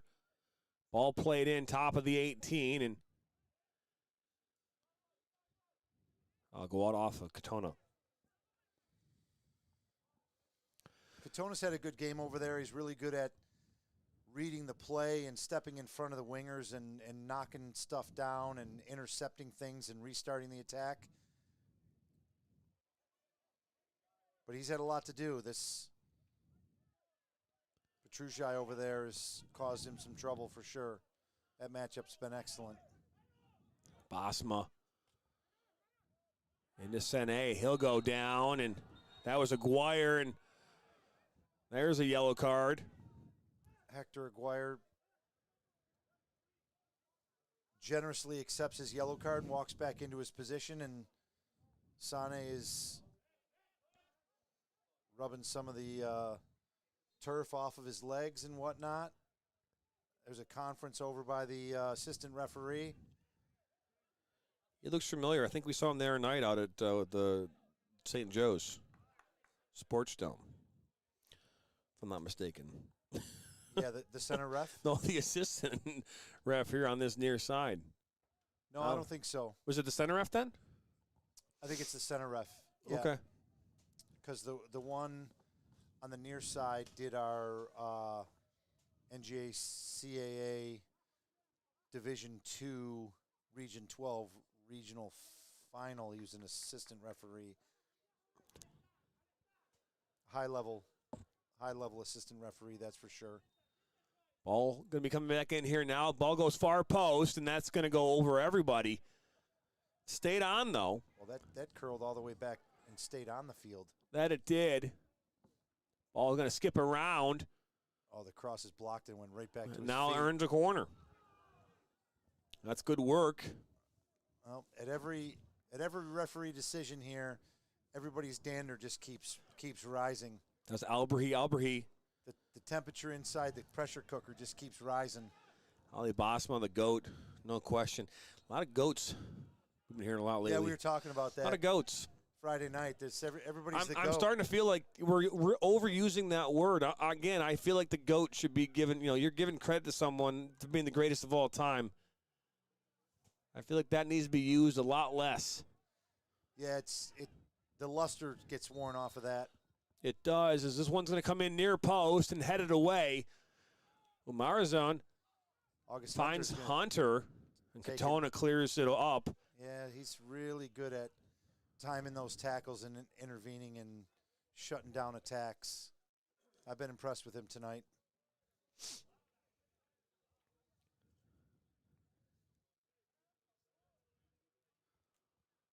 All thrown in. Haphazardly, by the way, right to CEDARS player. and they haphazardly give it right back to Detroit United. It's cleared out by Sene. I'm not sure, again, who that was thrown to, because Petrushar was the first closest one there for United, but it went up the line. Seems like the all-time throwing guy for Detroit United is the all-time throwing guy to throw it to the other team. See another one, we got Katona, another one saying GOAT. We get two GOATs in this There's game? There's a difference between a GOAT and a legend. Well, I don't – okay. I'd love to know the difference. When you say the greatest of all time, then you say a legend. Aren't they one and the same? I think a legend's got to be a step below the GOAT. You think so? Yeah, he's got to be. Yeah, for sure. So you're okay. So so Tom Brady's not a legend. No, he's way past that. Way past. He's legend. way past legend. He sprinted straight past legend. Okay, so who's here's a Morazone. We'll play this out wide. Pele, not a legend. Not a legend. No. Okay. Oh, okay. He's Way greatest, past. way past legend. So then, who the heck's a legend then? I don't know. It's like Scottie Pippen a legend. Yeah, probably. So okay, so Michael Jordan a GOAT. Yeah, he's a Scottie GOAT. Pippen a legend. Legend. Okay, Yeah. fair enough. Okay, all right. And I think, by the way, from what I know about Scottie Pippen, I know that him being called a legend would give him a migraine, but I think he's really upset about being just a legend. Probably. Really upset. So that happens when you play. Oh, that's a foul. We're gonna get a yellow card there. Yellow card there for sure. Oh, he turned the corner. They're asking for last. Oh, he's gonna get a red card. Why is that a second yellow? That's a second yellow. That is a second yellow, and we see our first red card of the night. And Jonathan, I'm going to go out on a limb here, and it's going to be a really small limb. I'm going to tell you that that's not the first. That's not the only red card that we're going to see tonight. I don't know if we want to see red cards at all. Well, listen. I didn't give my opinion about whether I like them or don't like them or want to see them or don't want to see them, but I do believe that that's the first of at least one more. Yeah, Sane turned the corner there, and he just pulled him straight down, grabbed his arm, pulled him straight down. The predominantly Cedars FC fans here are giving it to the Detroit United player who's been sent off. He's got to collect his gear and head to the, I think, to the locker room in behind. Ooh, that was really big. Wow.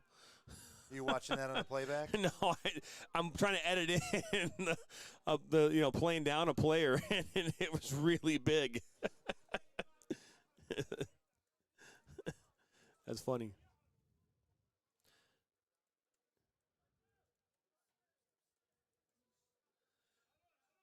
Just got to move that right into there. This ball is really good curled ball. Dangerously entered the penalty area of Detroit United. Cedars FC's had a couple of free kicks from that area. Another curled ball into the box. A back line can only withstand so many crosses of this nature and quality. They're going to have to get players out in the exterior here and try to block some of these crosses off, or this is going to become real trouble for them. Yeah, there you go. Well, and here, the position that they're currently in. So you got Hunter that just went down. This game's going to be real interesting here for the last 35 minutes or so. There's just a strange free kick called. Hector Aguirre with an interception. Now, yep, here we go. Left his feet, put his cleats up. Number 9 from Detroit United is picking up a yellow card. Substitution's about to happen. Cedars FC is bringing on number 10. So number 10 is Nuwer Aoudi. Aoudi's coming on. Oh, referee's not allowing that substitution yet.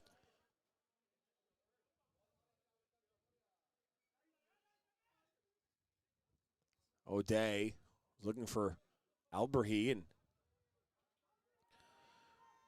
Poppy. Oh, that's Morrison. Did a great job of holding off the Detroit United defender there. Their long pass coming into the exterior. Oh, now there's Sene. Now will fire one, and Wow, Freemeyer is able to come up with it. Sonny got all that one. That thing seemed to corkscrew and knuckle as the goalkeeper collected it.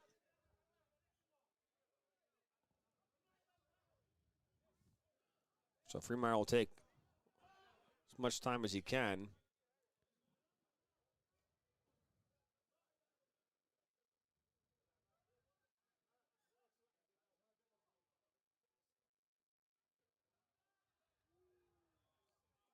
Barry Alberry did some moves before he took his first touch, and there was not enough room over there for the moves that he was constructing, and the ball just trickles out of bounds and turned over back to Detroit United.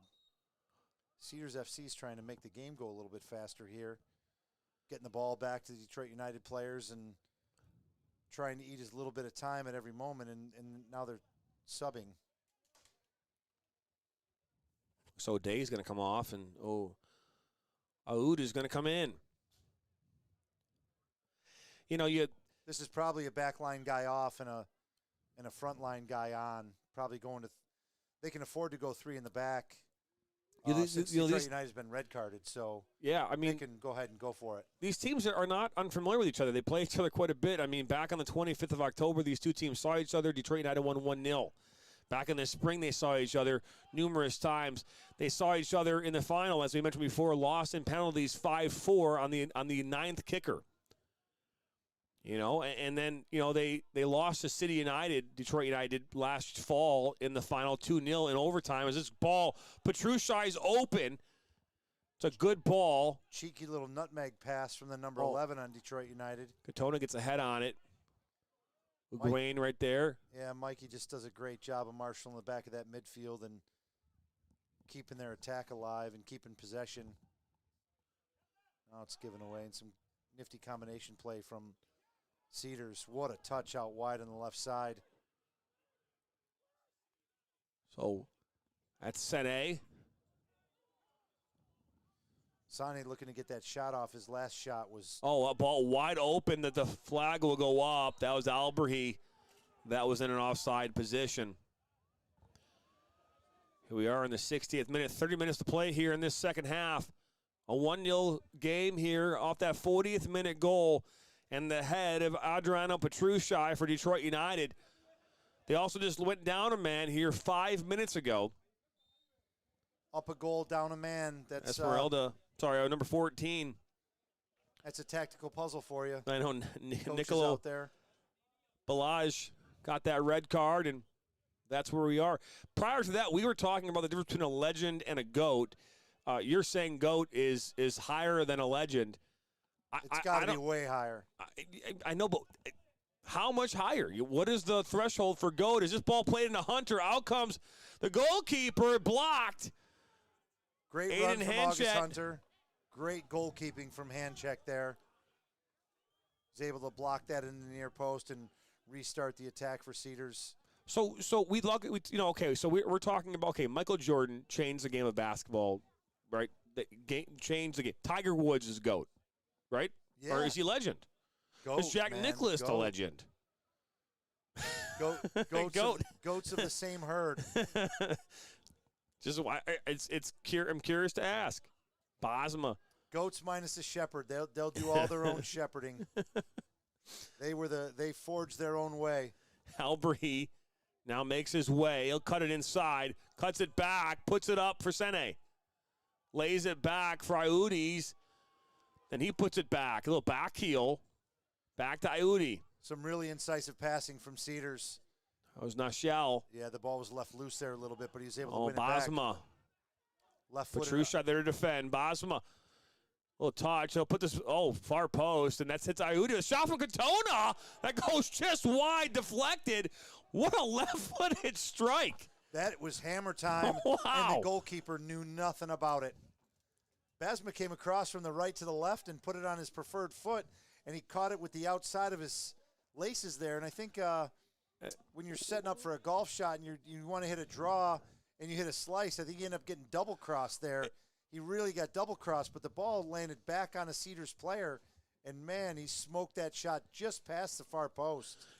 Well, that he did is now we're going to see Katona now take this corner kick here for Cedars FC, looking to get one and equalize as it goes up and headed away. But not out of trouble. Not it was. Now we're going to get another bad that's foul. A foul 22 yards from goal. Reach in, didn't move his feet. It is the poll question of the afternoon, though, is I want to know, or evening, I want to know the difference between a GOAT and a legend.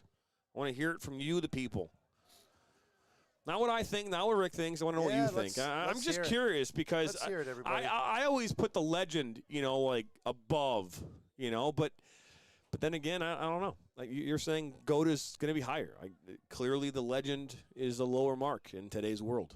The Hall of Fame. Does that mean that you're a legend? Does that mean that you're a greatest of all time? I don't know. I think inside the Hall of Fame, there's a few guys that are. Okay, Brett Favre, GOAT, or is he a legend?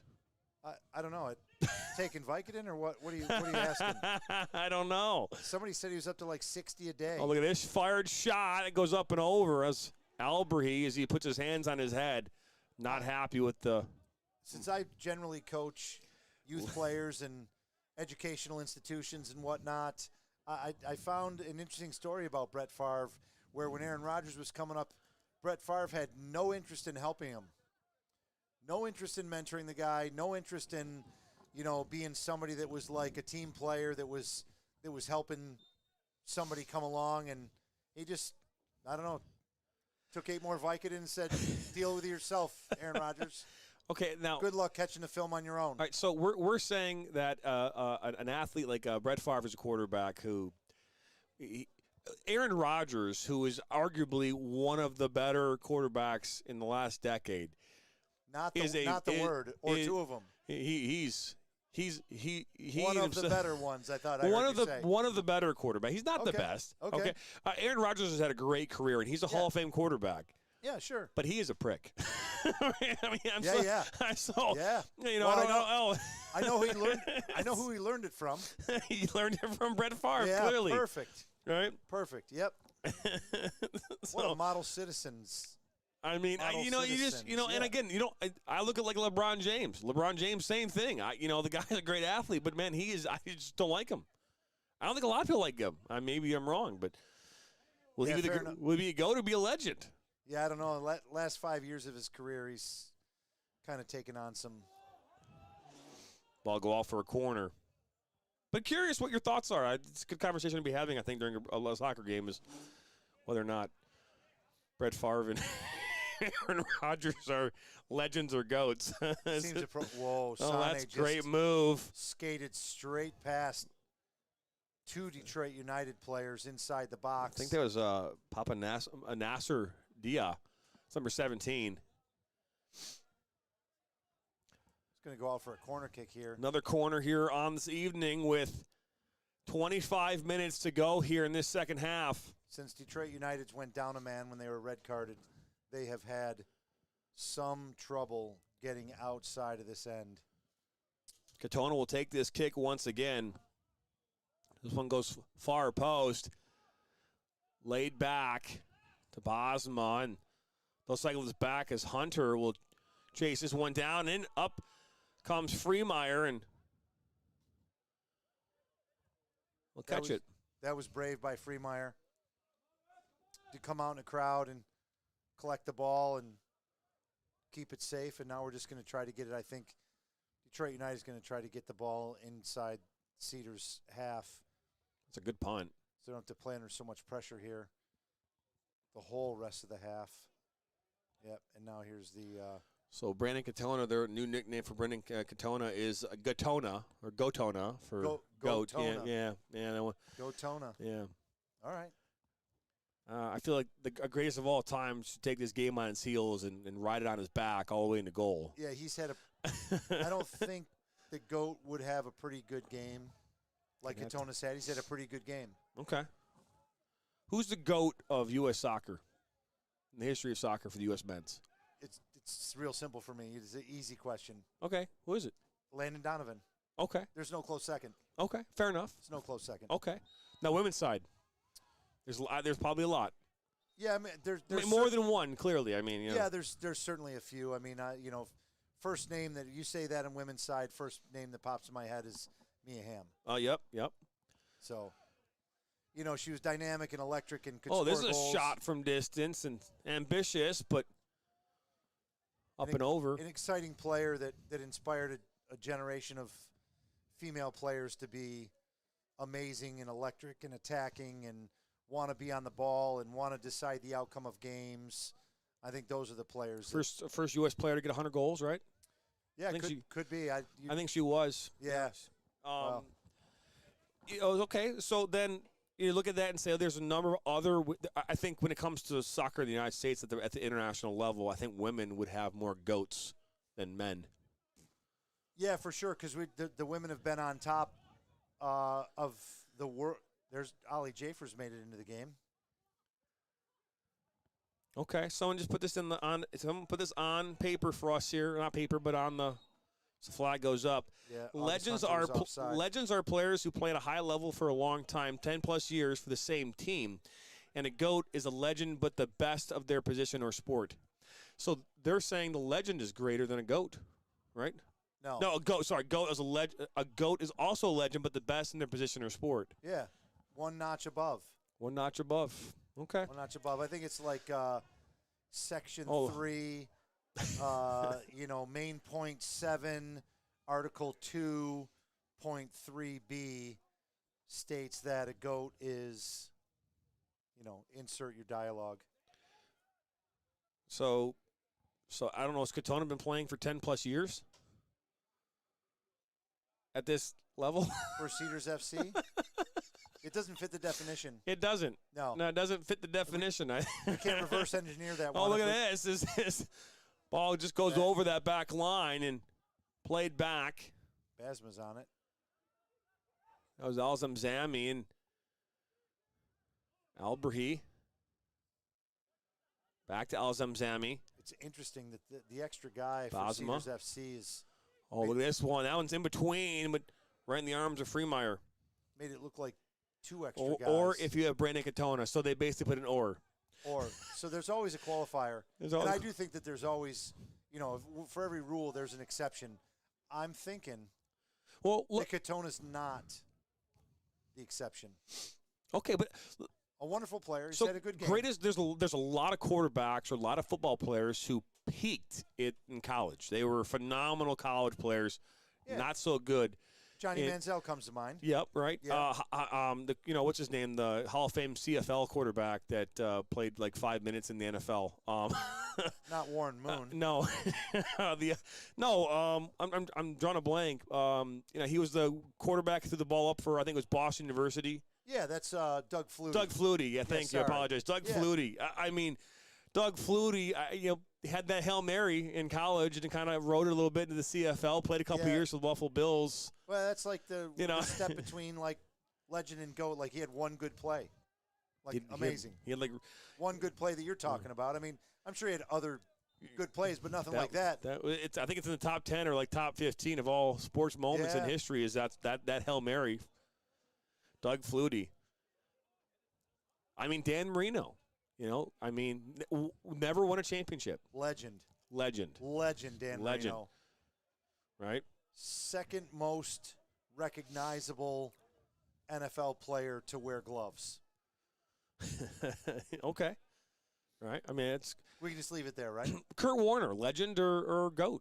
Yeah, legend. The greatest show on turf. Amazing. The greatest show on turf. I mean, he was packing Wheatie boxes on a shelf, and then he won a Super Bowl. Yeah. All within the same amount of time. I mean, yeah, what can you say? His wife's flat top, GOAT. GOAT. Best flat top ever. Back to your regularly scheduled programming is Soshevsky will play this up. Here we are back to the action. Morazan. Oh, he got right in the head. That did not look good. He is down. He is holding his head. The referee is strangely letting the game go while he's writhing in pain. And they're going to wave him on. I mean, that did not look good from here. So I have been dropping subtleties inside this broadcast about the referee's management of this game, and the fact that he was writhing in pain on the ground for a time that was certainly measurable. It's now the management is now being called into question. Yeah, that was not a difficult moment. He snapped his head. You could see that they made contact, and he immediately went to ground. Well, I think the difference there too, and this is my perspective on this. So just give me one moment.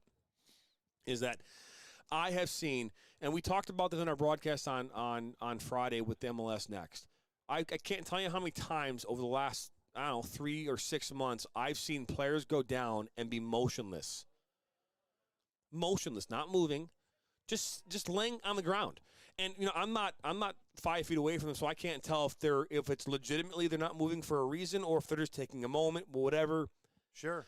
A player not moving, far different than a player moving around. Yeah, 100%. At least in my opinion, right?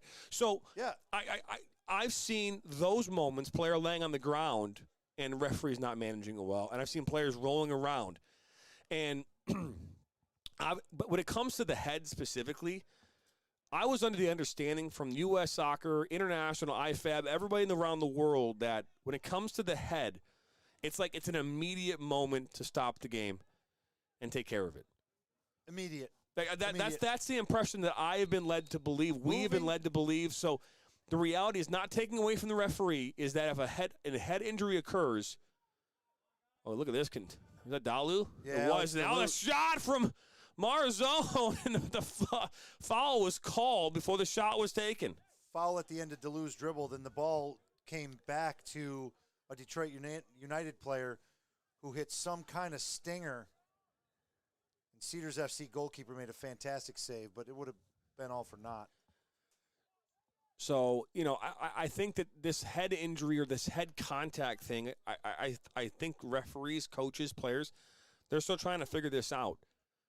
Yeah, I believe that. And I do think with all the research that has come out and all the sensitivity surrounding it, and we went from wearing headgear to not headgear to concussion protocol to return to play, all these different things in safe sport, anytime that you even think that somebody's made head-to-head contact, blow the game dead.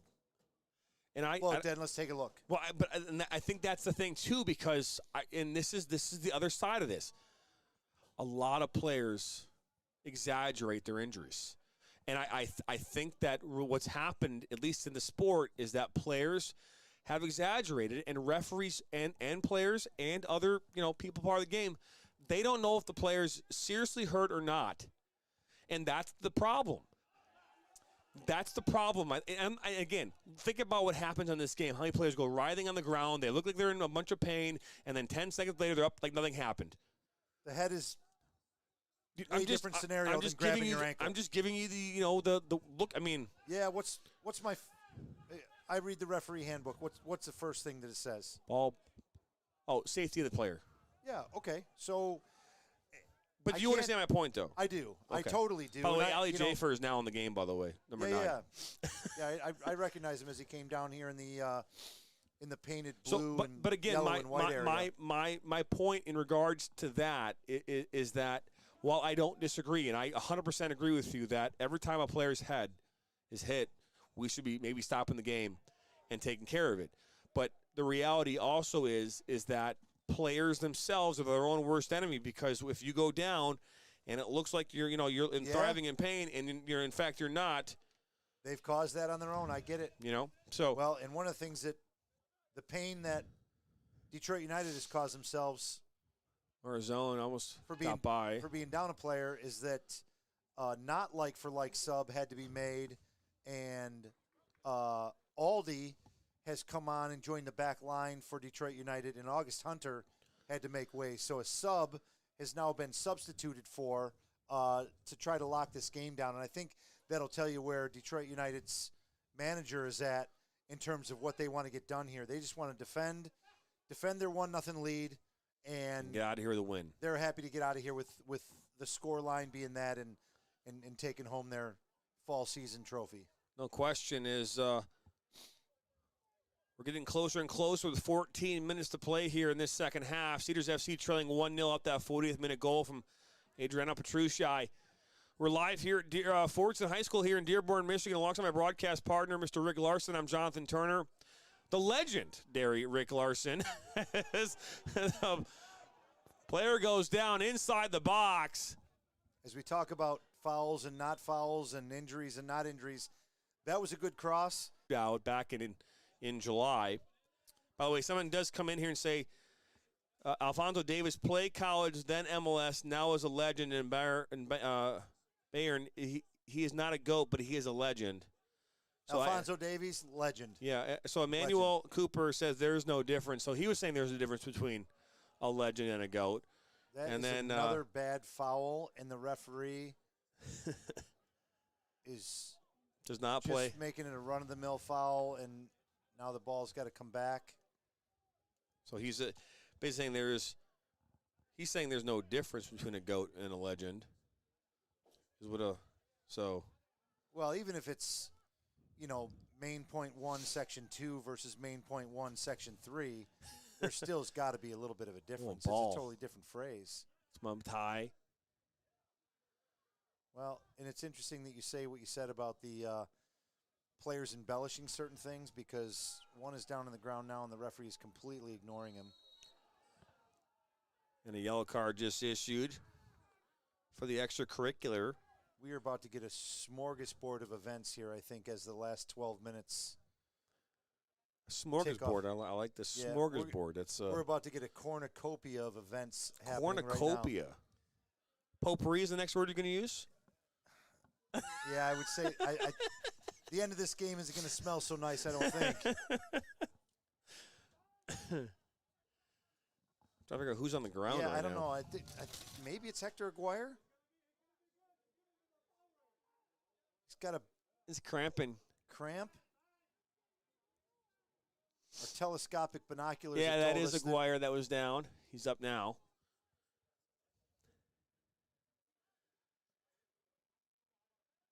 Having coached Hector for some time period, he is not embellishing that. So Trevor Daniel, by the way, I'm going to say your last name, Daniel.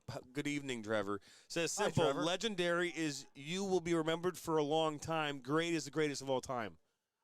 Simple. I think it's but simple. I don't know. I mean, so you'll be remembered for a long time. So, That's an undisclosed time period that's greater than 2 years, less than 40.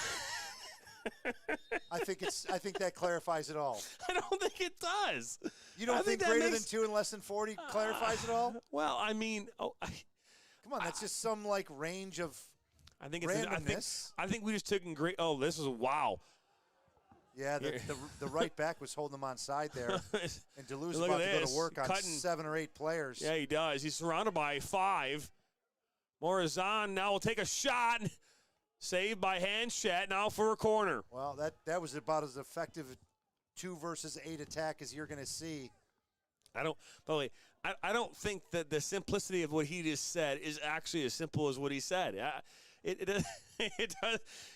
I don't think he defined anything. So a legend is remembered for a long time. A GOAT is the greatest of all time. You still have not explained the GOAT. Yeah, I'm kind of with Trevor on this one, to be honest. Because I think in the nondescript values of who's great and who's a legend and who's the greatest tries of all to cut time. to Marzone now, down by the end line. Marzone's come to life here, and with 8 minutes to go or 9 minutes to go here, Marzone he looks fresh and his feet are clean and he's got some ideas, and there's all kinds of defenders down there, and him and Delu are just finding their way into little pockets of space that are still dangerous. Yeah, they continue to play short. It's Dalu again. That one's going to go out off of Dalu. So you're going to say that you're with Trevor on this. So a legend is something that's remembered for a long time. Yeah, I don't think we can make Section 3, Main Point 2, Chapter 4, subset 13, Point B, Point C, Point 3, Point. No, I don't think we can do it.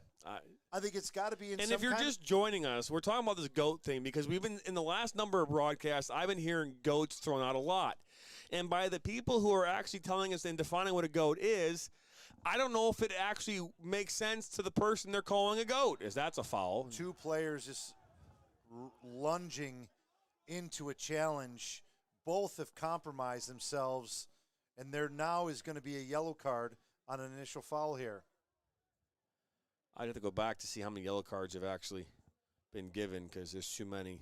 And I'm too frozen to write anything down. There's no division for GOAT because it's an opinion. So isn't a legend an opinion then too? Okay, now we're getting to a place. So I think legend is an opinion. Here we go. I got a new definition. Legend's opinion, GOAT, indisputable fact. Indisputable fact. There we go. Indisputable fact. Okay. Opinion's gone. Gone. Tom Brady, GOAT. Okay, fair enough. Off the crossbar. What a curler there. That's Sochevsky who took that, I think. We got another one come. The goalkeeper knew that was wide? I don't. He didn't even move. He didn't even move. Sochevsky takes that left-footed bender off the far post crossbar. Yeah, that was a great free kick that bent off the backside of the far goalpost, backside of the crossbar. Goalkeeper knew nothing about. And then the shot that came in from the number 9, who we still don't have his name, that thing was hit with a lot of pace. That it was. Cedars FC are running out of time. 84th minute. That's stopping a promising attack. That should be a yellow card. That's about second or third time that somebody's been grabbed going around the edge there. One resulted in a red card, and this one just a run-of-the-mill foul. So, so I can get behind. There's a lot more legends than there are GOATs. Yeah, that's that. That is a fact. I can get behind that. I just think that maybe what we should say is that Katona's a legend. I don't know if you can call Katona a GOAT yet. This ball's played in, bounces around, and here comes Detroit United. DeLue's off to the races. That here. he is, and he's got open space. But Katona, and guess the GOAT. Guess who thwarts the attack?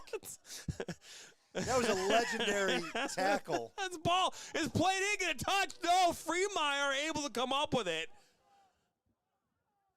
A sliding. Is that Bosma? No, it's number 16.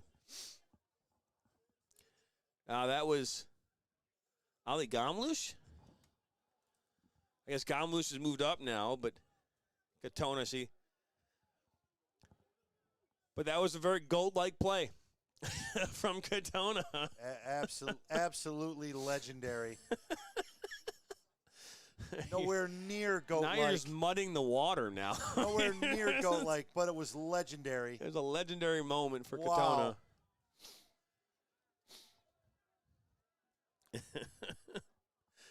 As we decipher the intricacies of the English language here. That we do. But here's what my not words of encouragement, but I'm trying to think of the right word here to use is this ball is played in. Freemeyer will go up, get a punch on it, and that's cleared away. You're just making my advice. Offering. My advice, my offering, my advice here would be is maybe use less GOAT, more legend. As Morazan down by the end line, cuts it back into the 18. Morazan, he'll go down and take a dive, but a shot, and that's saved by Hanchett, and out for a corner. Petrushai with the follow-up? Believe it was. Morazan really went to work with some step-overs inside the box, and I think Cedars FC was really lucky to not give away a penalty there. And the ball trickled to Petrushai, who smoked one that was saved. And then out for a corner. Yeah, it's out for a corner. It looked like they were trying to get some kind of offside call or something, and now there's a little bit of a conversation with the center referee. As you can see, no one is going in for this corner at all. Yeah, Detroit United is. They're going to sit back. Yeah, they know exactly how they're going to deal with this, and they're making their final substitution. I think Petrushai off. This is Chef Koo. So let's from Chef Koo. You see two Detroit United attackers, one in the box, and the remaining 8 down here, 7 down here at midfield. Dalu. Somehow they maintain possession with 5 defenders around them. So a little 3v5, little game of rondo taking place here in the attacking third. fun game that we. Well, I'm guessing that Cedars FC is going to have. They're going to get down into the attacking half and be able to create at least one more chance here. Detroit United's going to have to be really, really stingy. Yes, Krzyzewski will collect this and knock it up and out as we are in the 88th minute. I don't know what the stoppage time is going to be, but my expectation is going to be somewhere around the neighborhood of 5 to 6 minutes. We saw 9 minutes in a game here earlier this year. This ball played in, it's headed up, and Matai will put it up, but out of danger with Dalu now. He'll bring it down. Scott Morazan making a run. Morazan now able to come up with it. I thought Morazan was offside there. He's on the I wrong do too. side. That was shoulder to shoulder. Yeah, that's not a foul. That's a fair challenge. But I did think that he was offside. But Cedars are no worse for wear because they're on the ball anyway. It's Alberhi and Apagee. See if we get some indicator from the center official about the Katona amount of time out he's gonna wide. add. Back to Katona. Ball into excellent into ball Gay, movement and he'll from take a Cedars. shot. It's blocked. Oh, that's a tackle, but referee says keep going. Great tackle intervention there from. Oh, and this Aldi. ball put in, and good work as There's Hector Aguirre's cramping again. Yeah, he pulled up as soon as he did that. He pulled up. Yeah. Once he went for that explosive clearance, I think he just had his calf, just cramped straight up. On comes the trainer who's wearing a scrimmage vest around his head.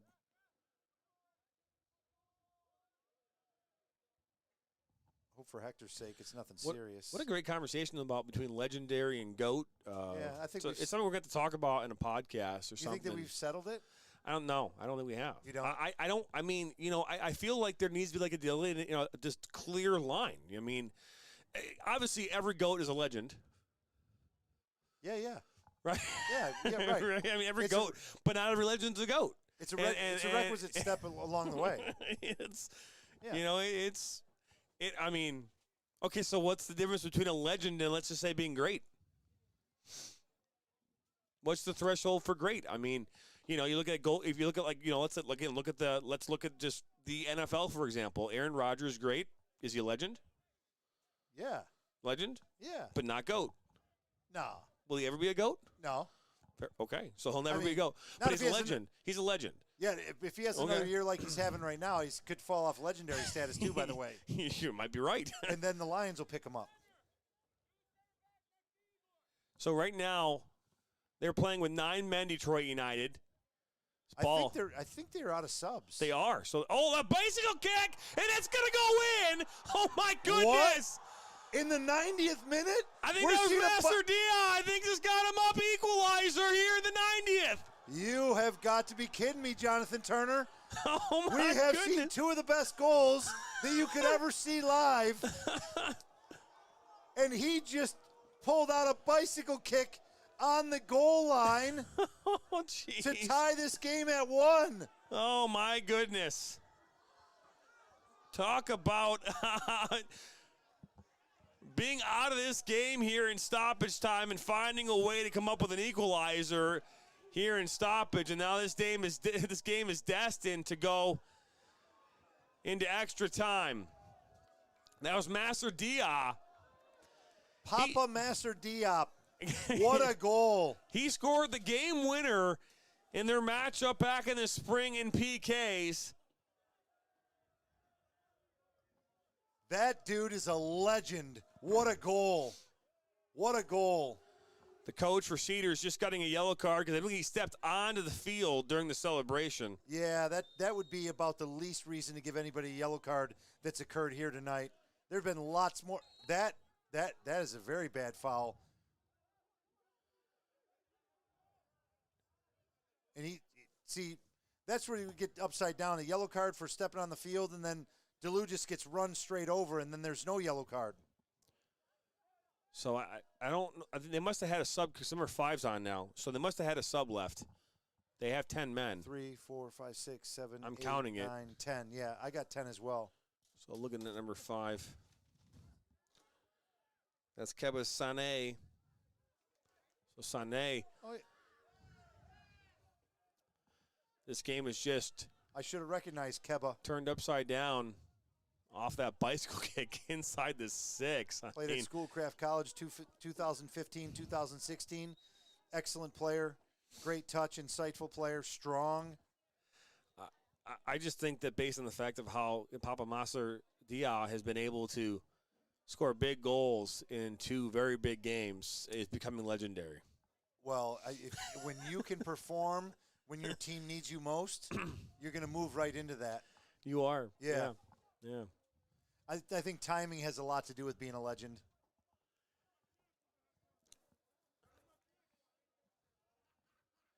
Somebody who pops into my mind that's just great, and you go, oh, man, yeah, that guy was great. Yeah. John Sally. Oh, yeah. Not a legend, not a GOAT, but, man, that guy was great. Ben Wallace. You're touching on my heartstrings now. I mean, Ben Wallace, you know. It's the greatest introduction ever. It's a guy who can barely pass a basketball. Or shoot, for that matter. Oh, my goodness. What a legend. But what a defender. What a rebounder. And he's the intangibles. Yeah. The leadership. Yep. To go along with the do.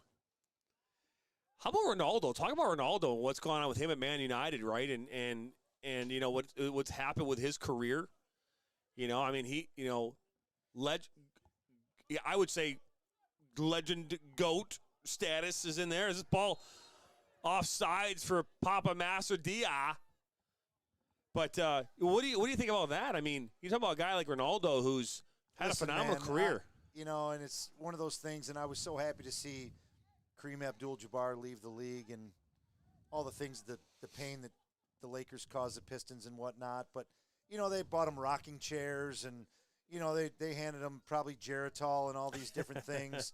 But, you know, it's like when you come to the end of your career, like nothing says the end of your career more than you're always frustrated, you're disgruntled, you're always having problems with management, you think you're supposed to play more, you don't run in transition, you don't ever put in any tackles, and you're always worried about your hair. I think you know when it's come to a close.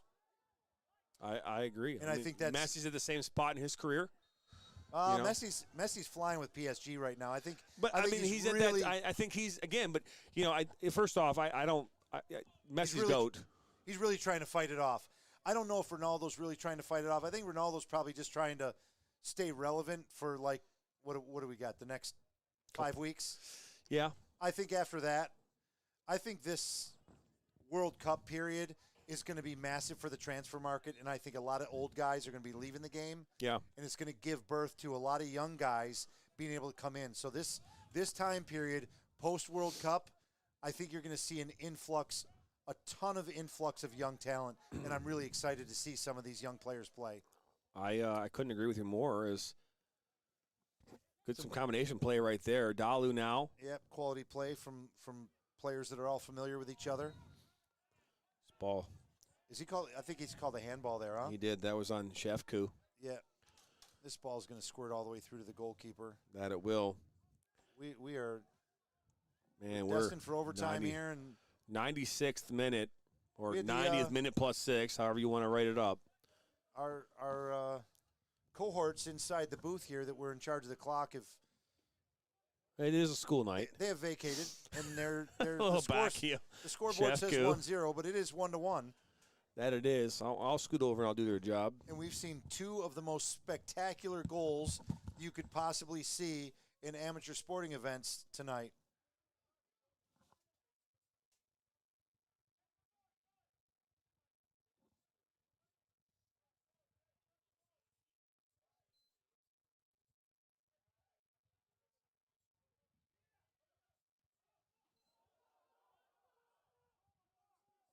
Yeah, I think Cedars FC thought that was going to be some kind of a foot race, but that ball wasn't even in the same zip code.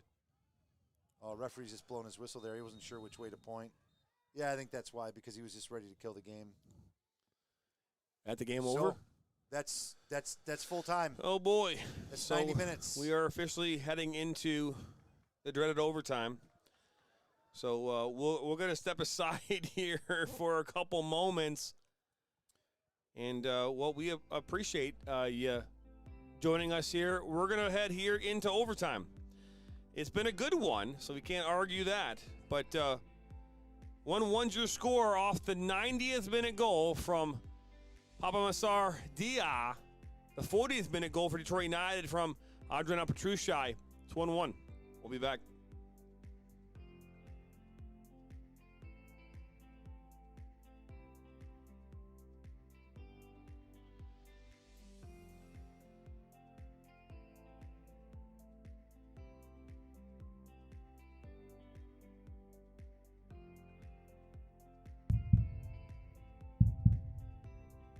Now Worrell has a good cutback from him. He'll fire one, and that's going to go in!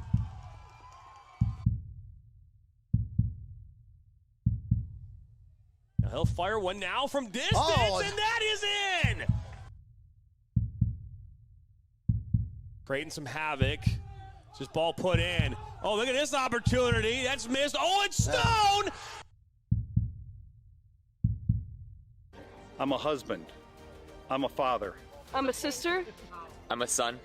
I'm a brother. I'm a daughter. I'm a sister. I'm a referee. I'm a referee. I am a referee. I'm a referee.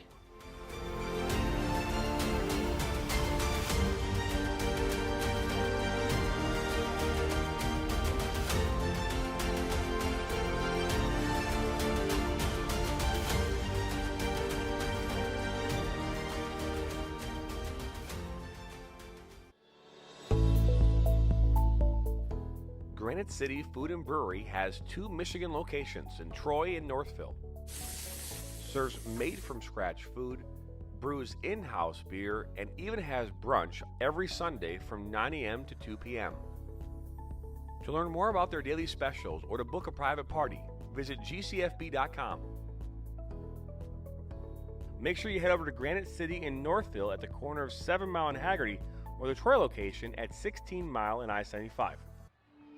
Their first ball, their first uniform, their first number, their first teammate, their first goal, their first coach. We take great care in making sure their first isn't their last. We're so much more than a soccer class. Come play with us today at kickstarttoddlersoccer.com.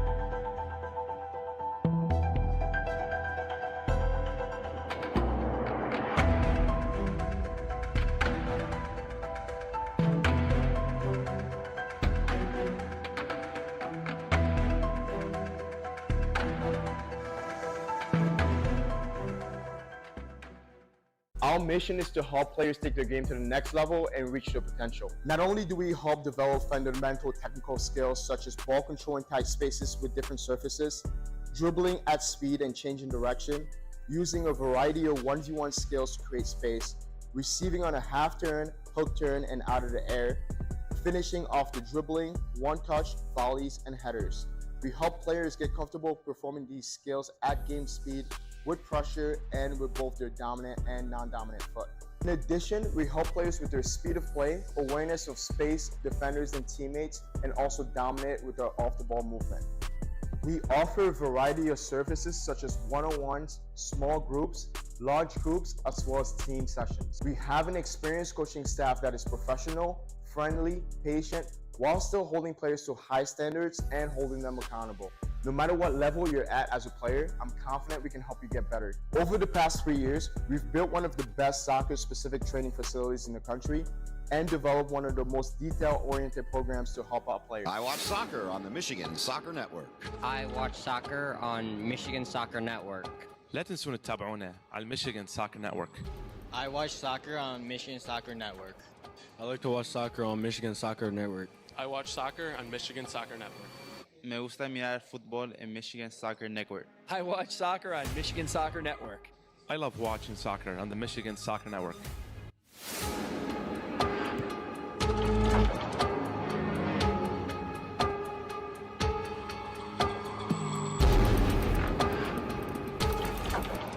Back to Vitriol. He'll take a shot and he'll bear it. And then he'll fire it from Billows and it'll go in. Now Worrell has a good cutback from him. He'll fire one and that's going to go in. Oh, and both goals so far. He'll fire one and that's a wonderful save, Trinity. That's missed. Oh, it's Stone in the. He'll fire one now from distance and that is in. What a strike by Ben Maher.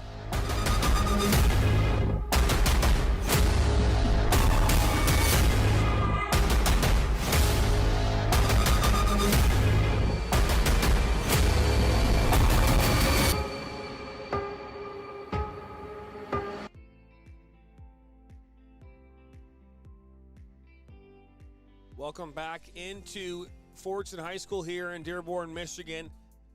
We are headed to overtime, extra time here in Dearborn as I welcome in Mr. Rick Larson once again. And Rick, we're 30 minutes away from deciding who walks away with the trophy here for this UPSL Midwest East Championship.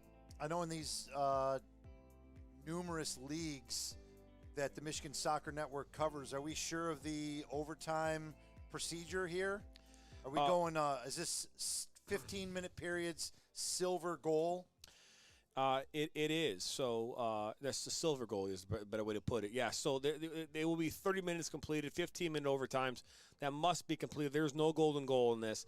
If we are tied at the end of 30 minutes, we will move on.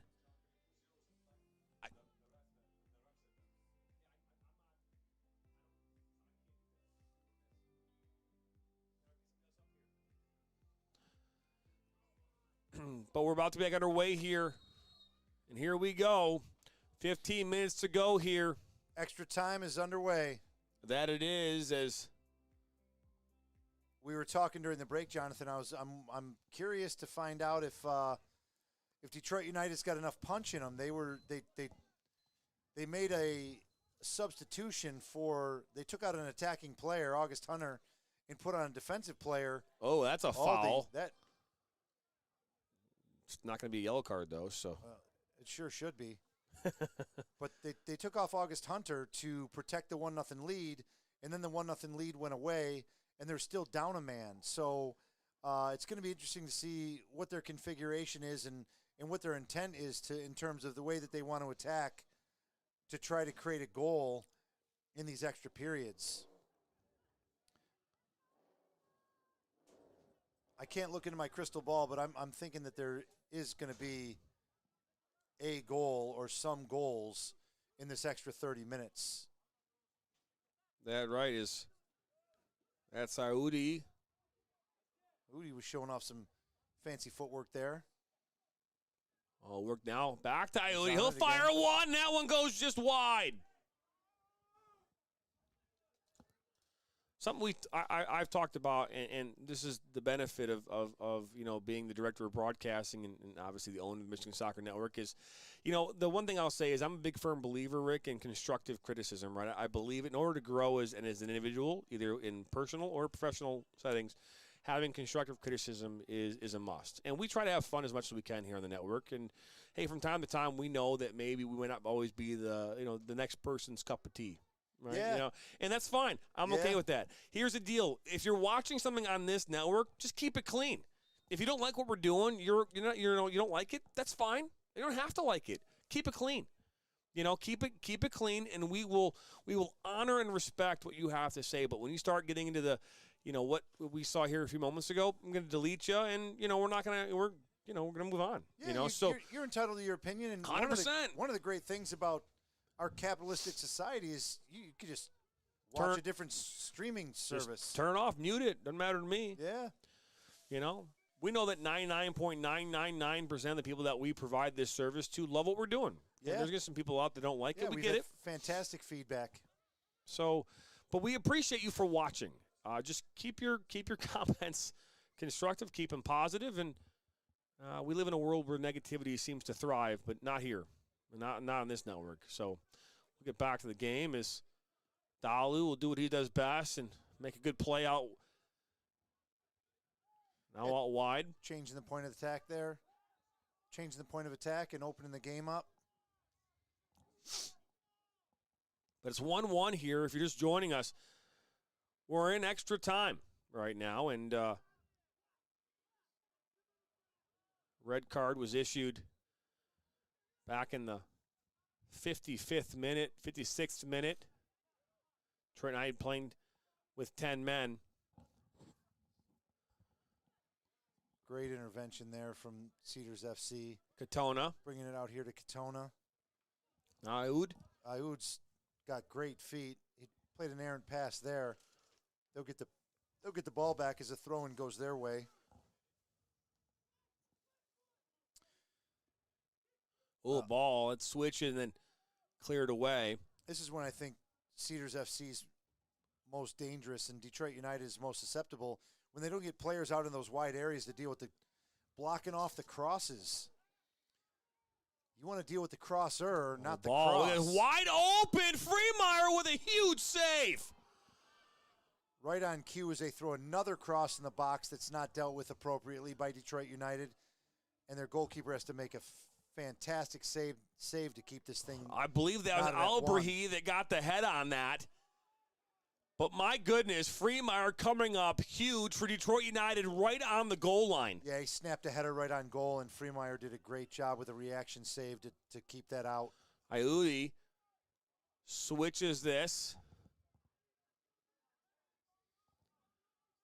I think it was Jafer that was trying to run that one down. Yeah, and Aldi saw it out there.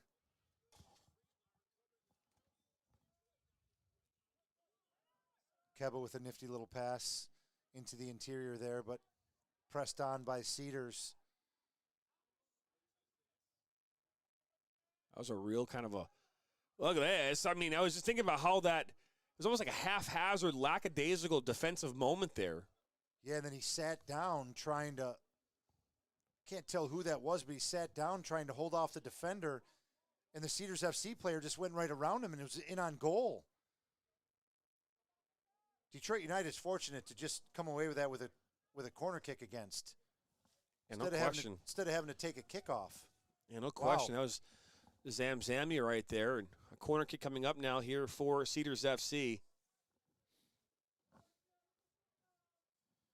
Albrahi will take this one.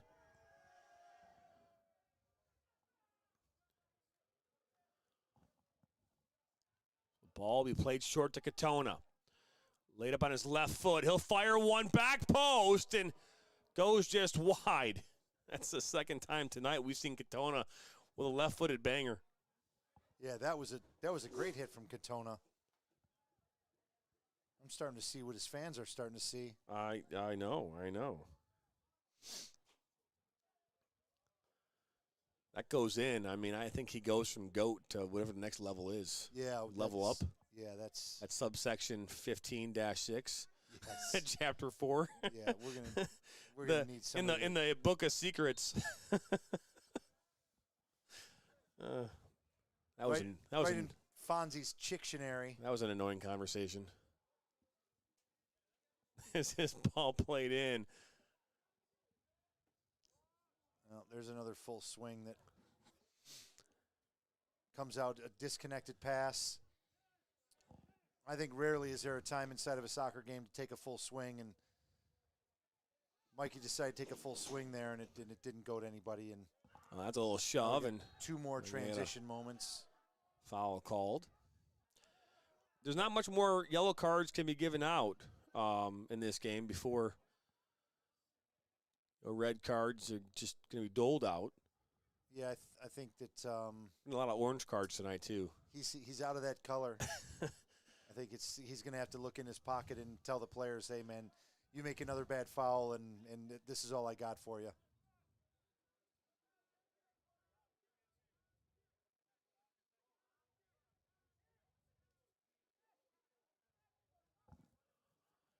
So a cramping up player here once again.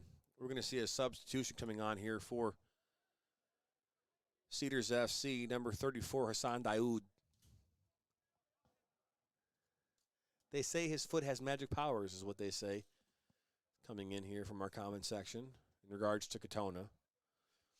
Well, it's got to be a little more magical because he's missed both shots, but they've been really good shots. A little more magic needed in those boots. More like that movie Like Mike. Remember the Magic Michael Jordan shoes? That show, the movie Like Mike? No. You've never seen it before? I don't think so. Put the shoes on, became a fantastic basketball player, played in the NBA as like a 13-year-old. It's kind of like Rookie of the Year, match. Oh, okay. Yeah. I did see the one where they put the silk hat on the snowman and he danced around. So. Oh, yeah. I saw that one. I didn't know about the shoe one. We throw out a lot of different tidbits of information into our broadcasts. Yeah, it's not for the faint of heart around No, here. it's not. We throw as much as listen we can intently. in. As this ball is put up and into the box. That was floated in there nicely. And now here comes Cedars FC. Ollie Jafer on it here. Coming That up the he left is. side, the near side. Daoud gets his first touch of the game. Yeah, brand new to the game. Maybe Connected on his first pass. Might not be wearing shin guards on. His ball on that far side. Oh, that's deflected. Somehow finds a way to Masardia. 2-1 Cedars FC. As he takes his shirt off, will surely get himself a yellow card for that. Well, has he been yellow carded earlier in the match? I think he might have already been yellow carded. I do think so. Uh-oh. Oh, referee's got the yellow card in his hand. You can't take off your jersey. Papa Diop he has had two balls fall fortunately right into his wheelhouse. This time it was on the ground, and he just turned and hammered that thing past the Detroit United's goalkeeper. So here we are. It's 2-1 now here in this first period of extra time. A 99th minute goal.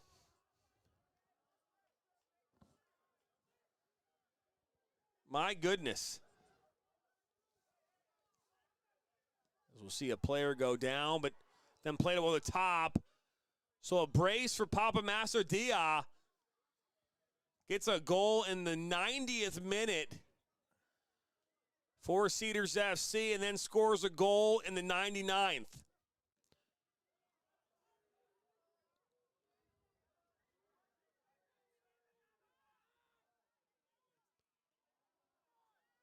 DeLu read that square pass. He's still got some juice left in the tank. Trying to get some combination plays going.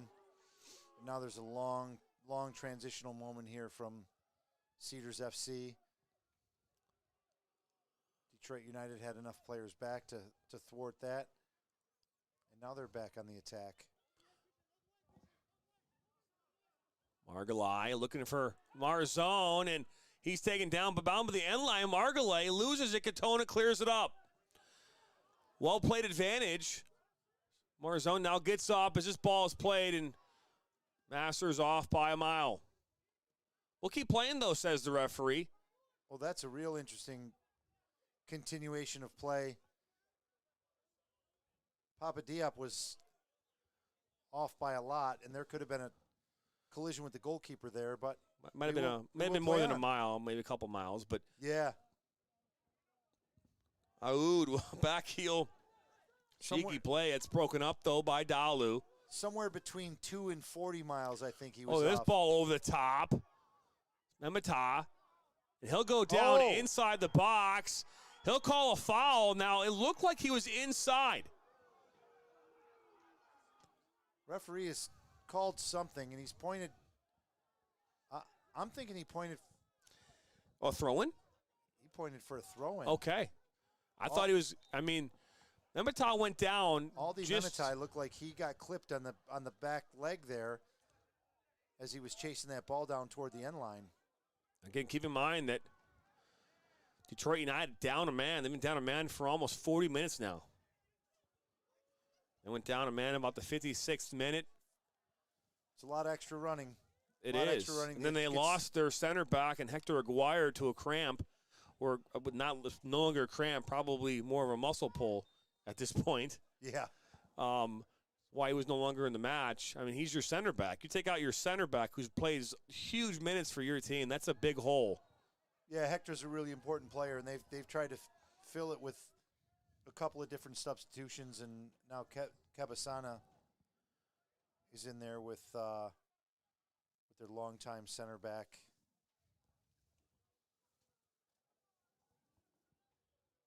We're going to head down now to our camera operator and third member of our broadcast team. What's the weather out there like now, Brianna? Much, much colder. much colder. Much colder. The cold starts to act a little differently when it goes into extra time.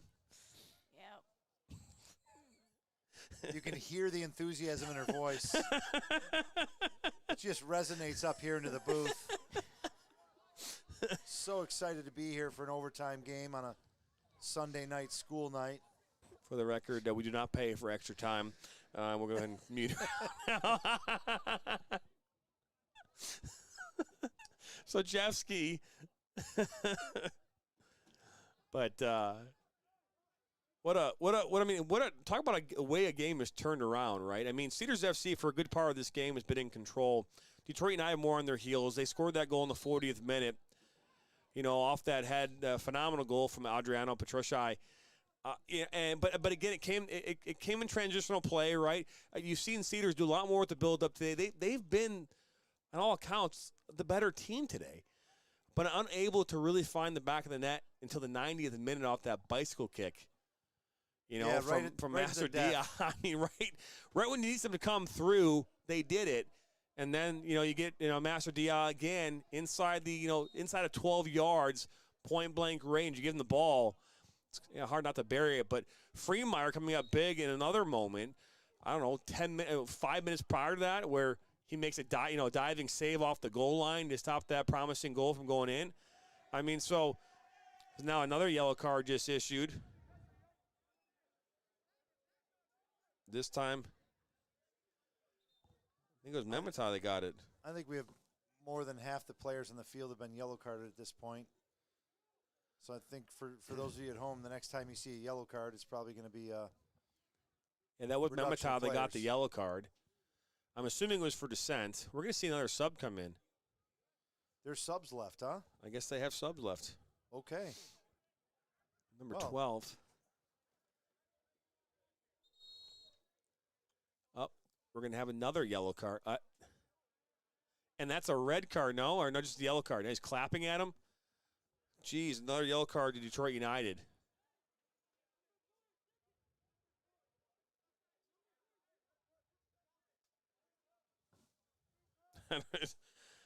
My goodness. The yellow cards tonight. So number 12 is Shabib Diab. Shabib's a big, strong defender. Tactical understanding is very good inside the game.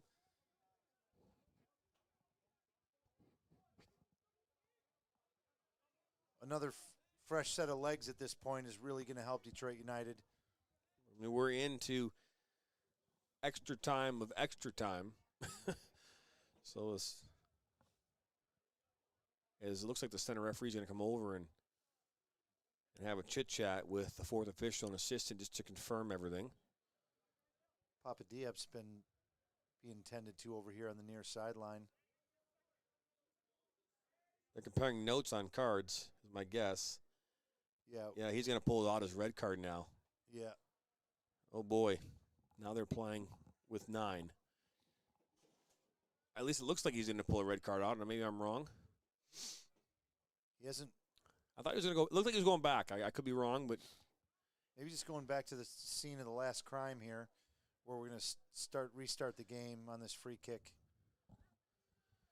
Okay, so no red card. That's good news, I guess, for the time being.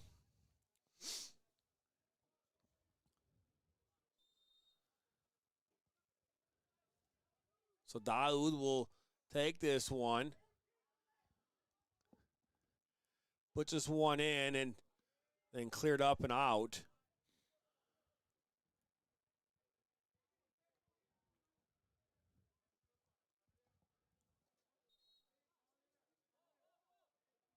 So they're asking for a new ball.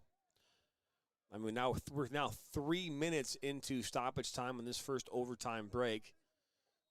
Remember, 15 minutes is each extra period. I'm always interested to figure out how the math gets calculated on extra time in these extra periods, because if there's 3 minutes of extra time, it'd be the 105th minute goal.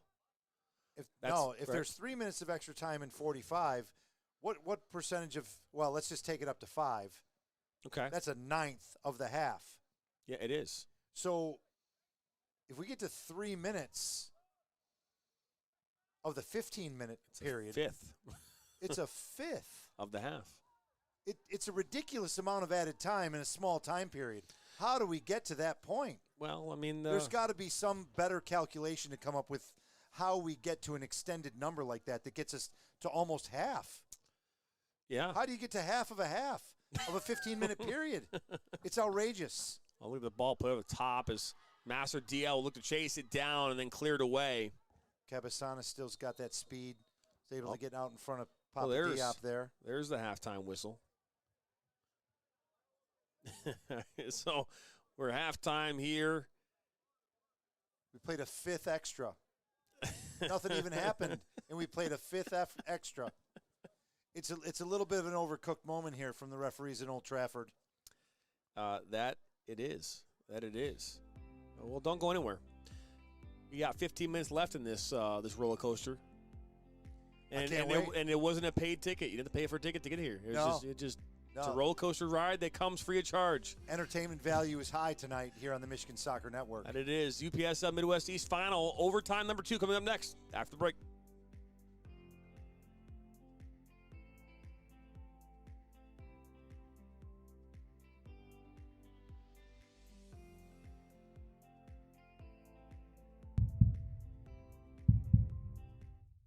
Now Worrell has a good cutback from him. He'll fire one, and that's going to go in!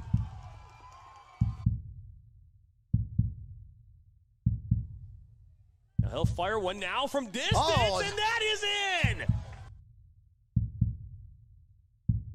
Creating some havoc. Just ball put in. Oh, look at this opportunity. That's missed. Oh, it's Stone! I'm a husband. I'm a father. I'm a sister. I'm a son. I'm a brother. I'm a daughter. I'm a sister. I'm a referee. I'm a referee. I am a referee. I'm a referee.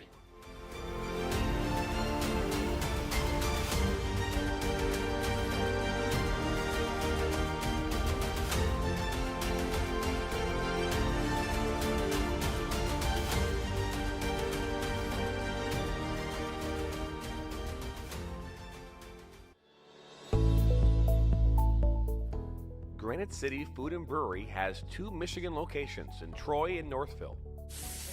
Serves made-from-scratch food, brews in-house beer, and even has brunch every Sunday from 9 a.m. to 2 p.m. To learn more about their daily specials or to book a private party, visit gcfb.com. Make sure you head over to Granite City in Northville at the corner of 7 Mile and Haggerty, or the Troy location at 16 Mile and I-75.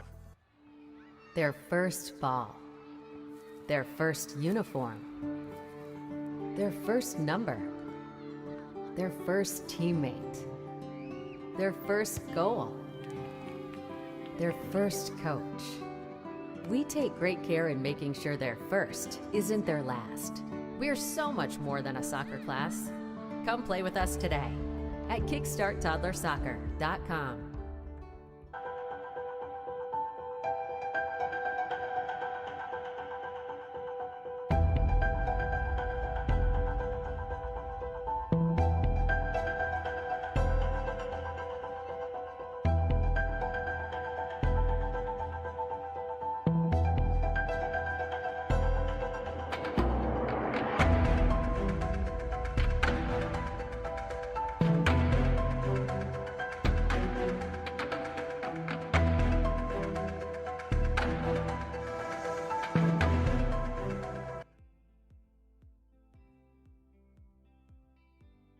Welcome back here into Dearborn, Michigan. Fordson High School, the place here for tonight's UPSL Midwest East Final. as our scoreboard will not let me do 105 minutes. So there you go. So we'll just start it here at the 15-minute mark, and we'll go from there. Counting down. Yeah, right now. Well, oh, my bad.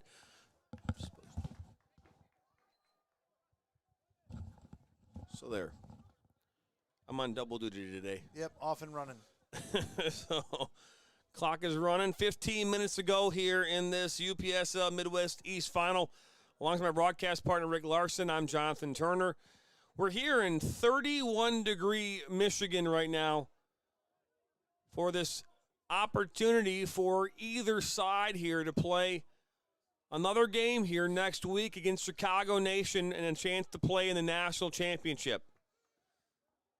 Got to win next week, make it to the round of 16, and then the round of 8, and then it takes a break for a month or two, and then we go into February. So Chesky puts this one in for Detroit United. Really good ball. Oh, yeah, it was. This ball kind of bounces down.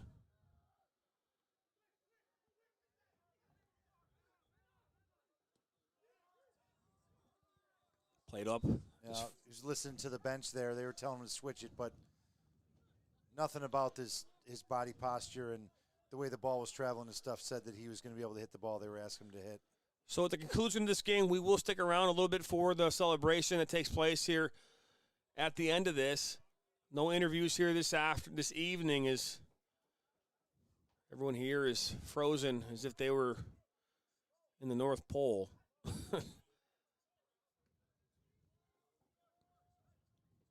But 2-1 is the score. A 90th minute goal and a 99th minute goal and a brace for Papa Masser Dia, giving his Cedars FC a 2-1 lead here. Lone goal for Detroit United scored in the 40th minute off the head of Adriano Petrucci. And that's where this game stands as we're ever closer to Cedars FC getting the second consecutive final championship here. They did it in the spring, looking to do it here again in the fall. Something we talked about in our final broadcast back in the spring when Steve Esk was on the call with me. We talked about how, it was Cedars FC who struggled, to find success against a Cedars FC team. And they were 0-0 in, extra time in that match. Looks like that's, is that Daoud that went down? Yeah, I think so. He did a little spinorama there in front of the Detroit United defender, and I think it was after the whistle on a foul, on another foul. So he compromised himself, and then it happened. He did get kicked, and it's all for naught because it still is Detroit United free kick.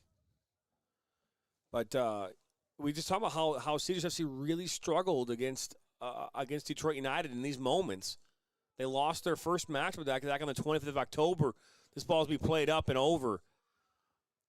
But, yeah, I mean, they have not found a lot of success against this team. But, again, they squeaked out that win in that penalty shootout. Papa Masser bearing that goal in the penalty shootout in the ninth kicker. Text message came in on the touch screen from your wife. Oh, thank you. She's asking you, what's your daughter doing out on a Sunday night? I don't know. Probably. It wouldn't surprise me. I think it's fair fodder as well, by the way. It's the last one. Sam, our normal operator, is unavailable. Went to Canada for the couple days here this weekend. Well-deserved going to Canada. He actually took a photo. He had some spaghetti meatball French fries or something snack at some game today. So he enjoyed every moment of that, I'm sure. Okay. Well, congratulations to Sam. That's sounds awful. Sounds like he can get his little kid food in whatever country he goes to. But yeah, no, it's just looking at what, Cedars FC has been able to do these last couple of matchups in really important games. They've come alive, and here they are. I mean, Detroit United lacked composure and discipline tonight. Getting a red card. I was calling a basketball game yesterday, and with Neil Rule over at Oak University, and we talked about, like, hey, there's 5 fouls that you're given in a game before you're tossed, right? So don't give up 20% of your fouls on a 90-foot, reach in, in the first quarter, 2 minutes in. Yeah. You're giving 20% of your fouls, right? You got to be smart with when you're like, oh, look at this opportunity now. Alberhe puts us inside, and there's an opportunity it was Jafer, and that one's cleared up. But, you got to be smart with, especially in a game like this, you need having a body on the pitch. And let's put it out there right now. Detroit United loses this game because they went down a man. Yeah, they went through a lot of players. They made a lot of changes. It forced them to take August Hunter out of the game to make a tactical substitution to try to lock the game down, and then they gave away a goal. Yeah. And when the equalizer came, they didn't have enough punch up front to try to get the game winner. And now they've been forced to kind of lock down the back line here and then see if DeLu and Petrushai can get. Petrushai is no longer in. It's just ball. Oh, that might be I thought that the way it looked, almost like they could have gone backwards, but ended up going here to this near side. But no, I mean, discipline. You especially in a match like this, you've got to find a way if you want to continue to go on and make your pathway to a national championship. You've got to keep people on the field. Your best players, and granted, they're missing some of their best players. David Tatai, not here. Robert Barisha, not here. Jokai, right, was in the match, gone after the first 15 minutes. He suffered an injury. Yeah. Right? Jokai not on this field has a profound and tremendous impact on how this team moves the ball around through the midfield. He's not there right now. And then you lose players. You lose a player to a red card. You're right back, gone. Yeah, if you're the manager of Detroit United, you want to have all your options. And once the players, injuries and red cards and all these other things, it kind of takes the management. Well, that's piece. a great ball. Puts this one back across the box, and it's going to go in. My goodness, it is now 2-2. What kind of a game are we involved in right now? What a nifty little finish from, I think that was from Cabasane. I think you're right. He got on the end of that cross, and he just floated one over the top. He ran all the way up from his back line position. I think he was subbed in late in regulation. And after that free kick and the throw-in, he found his way into Cedars FC's box and then just made a nifty little finish over the top of the goalkeeper back into the back That post. was number 5. It was Sene. Sene. But it wasn't Sene. It was number 5 here. On that back line, number 5 is Sané. Yeah, Thank you. Sané. I was thinking of Sané from earlier, but Yeah. I mean, well, speechless. It's 2-2. It's 2-2. Detroit United, with their backs against the wall, down a man, have really been out of this game for the nearly part of 27 minutes, and they found a way to put one in. Hanchett had no clue it was going to go in. I mean, just the way that ball played, it just over the back of the back post, and in it went. And here we all tied up again. Papa Masser gets a head on it. Wow. And Detroit United might be happy just to go to penalties. That way they don't have to go through. And anyone, talk about an equalizer in penalties, right? There's more cramping going That's on. Sochevsky down. I mean, penalties equalizes everything. I mean, it can go 50-50. You could be the best penalty kicking team in the world, and it's still 50-50 going into a shootout. Yeah, totally. And I don't know what happened with the home clock over here, but it's at counting up from 23 minutes at this point. Well, yeah, I put it at 15 counting up. It was already a counting up clock, so I just had it at 15 counting up because it's 30 minutes, you know what I mean? So I figured. So we're 7 minutes, yeah, 7. We're 8 minutes in. Okay. Yeah, yep. And we've got another cramp. Going to restart the game with a drop ball here in front of the Detroit United goalkeeper. This game is never going to end, is what they would say. Yeah, and I think that Detroit United goalkeeper's behavior right now lets you know that they're 100% on board for penalties tonight. That they are. Something just sounded like it exploded over there. Well, it sounded a little bit more like a snap and pop, but I appreciate you taking a stretch there. People are like, no way, no way. It's I think this ball is inside the 18. Manas. Wow. Well, that was really interesting from the Cedars FC center back there that he rode the Detroit United player out after he touched the ball, and the ball just trickled out. Morrison, by the way, and there's a player that goes down. Yeah, Morrison's an electric player. He's still got some things. His feet are quick. He's still got combination ideas. Him and DeLue are still going over there. I don't know. I think the goalkeeper's got one idea, and the front half of Detroit United's team's got another.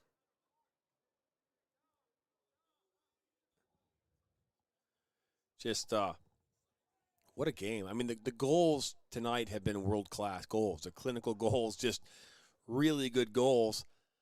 We've been wow. Yeah, that the game-tying goal by Keba there, that was not as spectacular, but man, what an important goal, and he just neatly tucked that thing away over the top of the goalkeeper into the back post. I mean, and the ball was just a ball that went over Katona on that back line, and just sailed over his head, went right to Sane, and to be fair, was he trying to put that on goal? Probably not. Probably trying to put that one back across the goal for a header, and it found a way to sneak past. It kind of looked that way, and the way that it just floated in,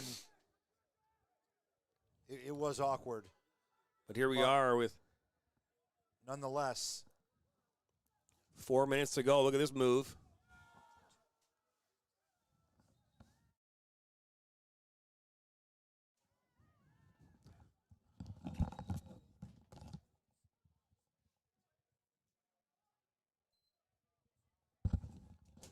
A lot of jobs up here to do. A lot of jobs. I couldn't step across my broadcast partner here, Jonathan Turner, to touch the scoreboard, so I kind of had to give me the nudge in a nonverbal way. There was a scoreboard crew here for the first 90, and then, well, at least the first half. I don't know. As the ball is bouncing around now inside the 18, finally cleared away. Morrison now. Oh, he's a speedy and Morrison with the little sombrero over the Cedars defender. Now Diab. Him and Shabib. There, look at this. Shabib's making some kind of an attack there. That's going to go out. Really well done. Out for a corner. Yeah, I thought that was a corner kick. People are not, I don't seem like anyone's happy with that call. Not that they should be. Well, and Detroit United's caught here. That the back half of their team wants playing for penalties, and the front half of their team wants to load the box. Yeah, so they'll have 4 back. They'll have 4 forward. Well, now they're going to send a 5th. Well, all played. Guess we're committed to over everyone. Well, it'll go out. And this is going to be just like the spring game all over again. We're 2 minutes away from PKs.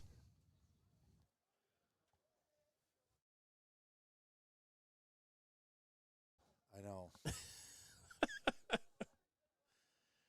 You just can't buy a bucket, to get more. Come on, 1 goal is what we want, right? That's 1 goal. Is there any late moment theatrics here from either side? Does Papa Mass or Dia have another one in him? Already has a brace in this one. Shabib bringing that down. Cleared out. Sane. Mamatai. Aldi with a nice little interior pass.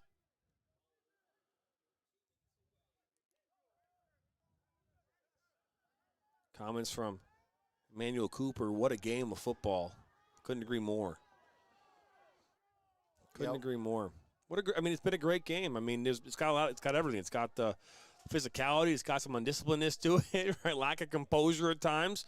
Some clinical finishes. Some surprising finishes. I mean, we're blessed to be with a GOAT on the field right now as well. I mean, just everything you'd want in a soccer matchup or a football matchup, as they would say. This ball was looking for Jay for just too much on that one. That game is crazy. All the elements tonight.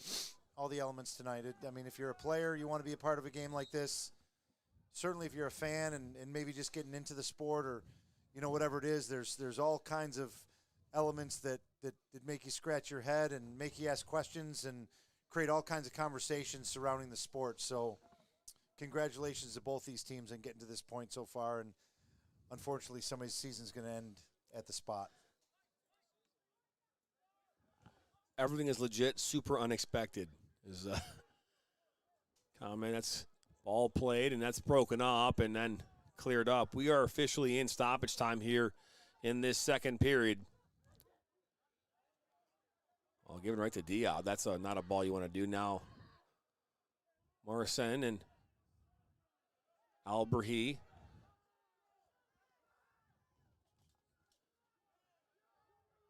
Barry Alberry's had some game today. He's really clean on the ball.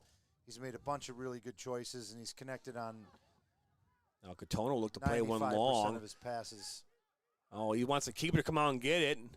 Oh, Freemeyer will get mad. I don't think that's a little more acting than anything else. Yeah, Keba did a good job of holding off Papa D up there and letting the goalkeeper do his thing. Sometimes that's a thing we all don't understand, but he's doing his thing. Looks like I'll be put back in. Both goalkeepers are going to get to do their thing here in a couple of minutes. Now Jafer. There can't be much left. Not much at all. It's been a hard-fought matchup for both these teams who've seen each other 3 of the 4 last finals here in the last 2 years. DeLu having the first look of exhaustion there. He's going to have to muster up enough energy and to figure out how to make his penalty, I think. He'll be one of the key members of the penalty shootout. I call that a bad throw, as now Daoud will kick this one up, and that'll earn him a yellow card. I think my graphics says it's smoking from all the yellow cards tonight, but we'll still put it up anyways. What happened to the little Jonathan Turner down the bottom left Yeah, hand? it kept glitching on me, so. Oh, your own avatar didn't. And that, oh boy, we are heading to penalties. What do you got to do? Ask R2D2 to beam me up in a little thing so you can understand what's going on? No, I'm not. Okay. But we are for sure heading to penalties here on this Sunday evening, a game that does not want to end. This is exactly what happened here back in the spring. Same venue? No, we were at Hurley Field in Berkeley. Steve Besk and I were on that call, but this game is going to penalties. Don't know what that it is. What box will be shooting at, but either way, exciting times here on this Sunday evening. This UPSL Midwest East Final will be decided on kicks from the penalty spot right here on the Michigan Soccer Network. We're not going anywhere. We're just in a pause here for a few moments, but we'll be right back here as we gather what's going to be, what we believe to be, will be penalty shootout. Not what we believe, it's the truth. Is it going to happen? It's a fact. Did you? What put that in question for you? I don't know. Okay. Maybe it's the a cold. Yeah. It could be a lot of things. In sync, it was Just the stick cold. around. Yeah. Just stick around. Stick around. We'll be right back with penalties. Now Worrell has a good cutback from him. He'll fire one, and that's going to go in.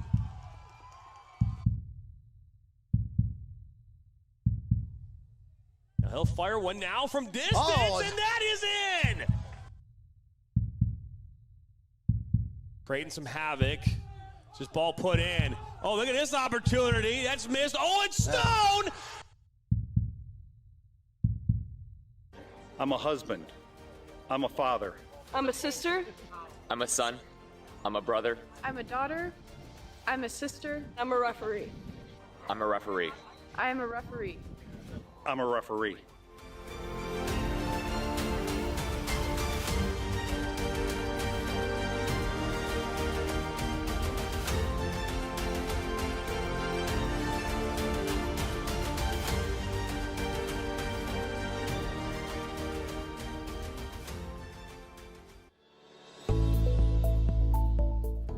Granite City Food and Brewery has 2 Michigan locations in Troy and Northville. serves made-from-scratch food, brews in-house beer, and even has brunch every Sunday from 9 a.m. to 2 p.m. To learn more about their daily specials or to book a private party, visit gcfb.com. Make sure you head over to Granite City in Northville at the corner of 7 Mile and Haggerty, or the Troy location at 16 Mile and I-75. Their first ball. Their first uniform. Their first number. Their first teammate. Their first goal. Their first coach. We take great care in making sure their first isn't their last. We're so much more than a soccer class. Come play with us today at kickstarttoddlersoccer.com.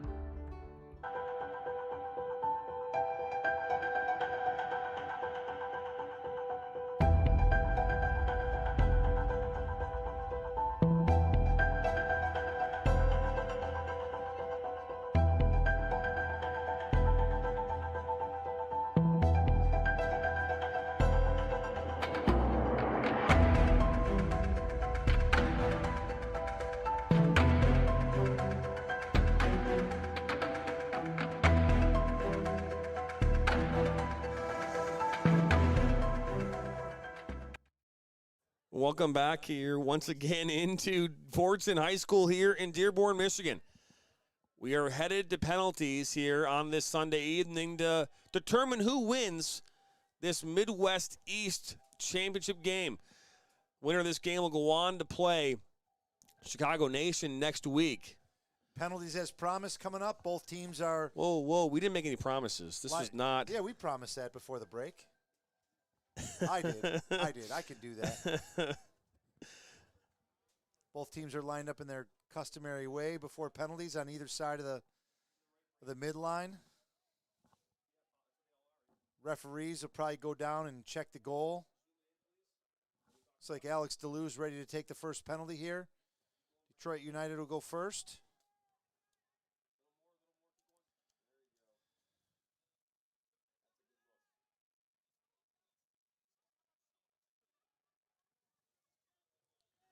So we're going to have our first kicker. You said Dalu? Yeah, it looks like DeLue there. DeLue will take the first kick. Can tell from the way that he was kind of playing keepy-uppy with the ball off his shoulder and his head and stuff.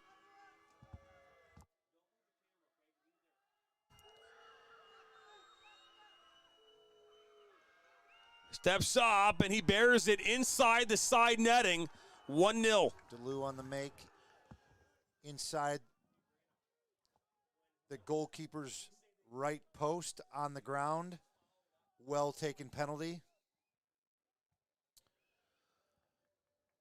Up for Cedars. One of their captains. Gomlush, number 16.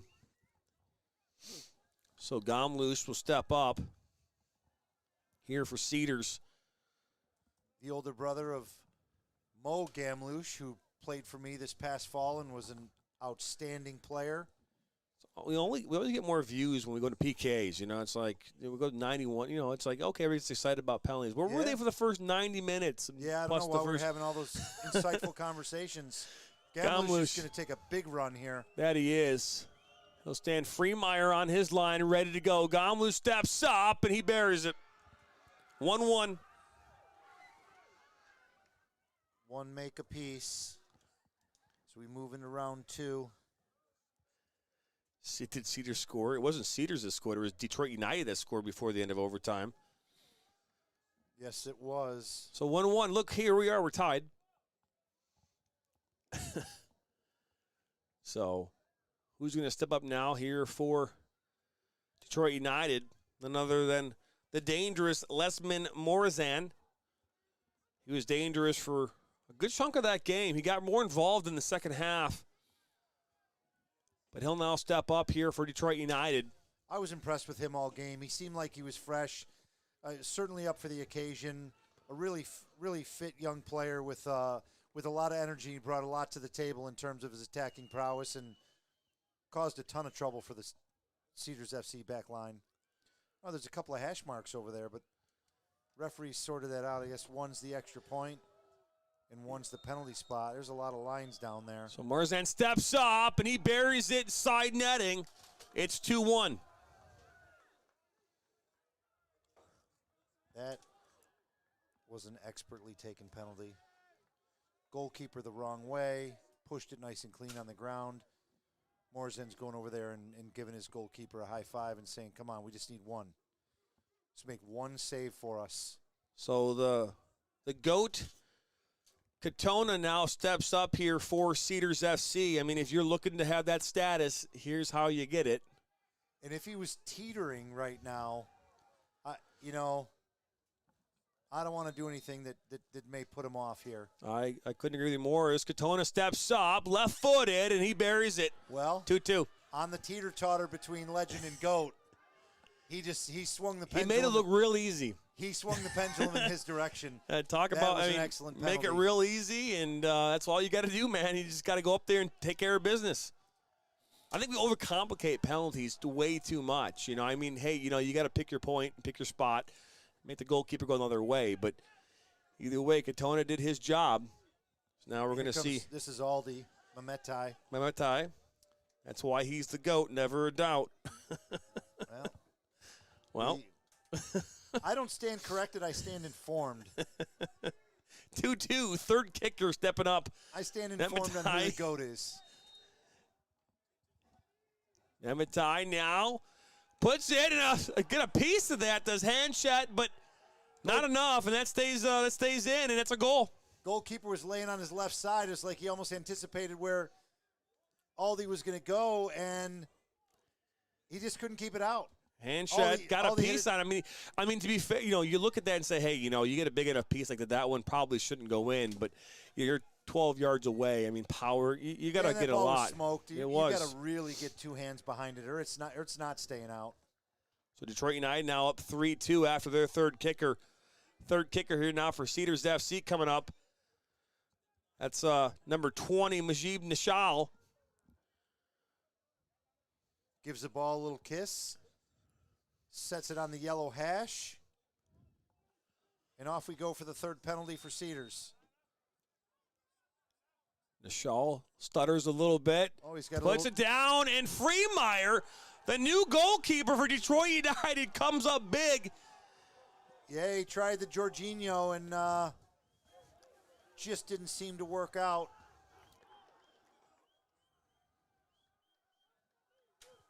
As Papa Master will now run down and help guide Nishal back. Yep, a lot of players miss penalties.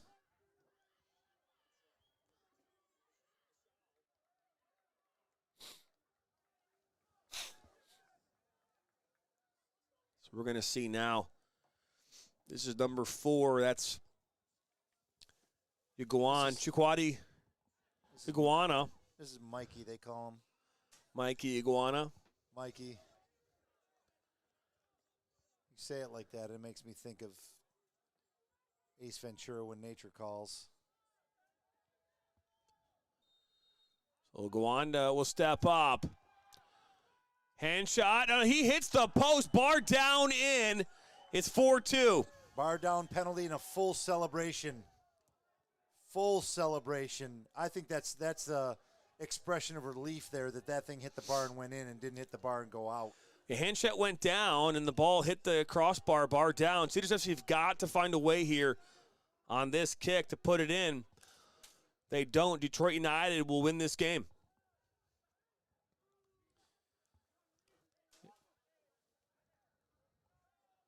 On the fourth shooter, here we are.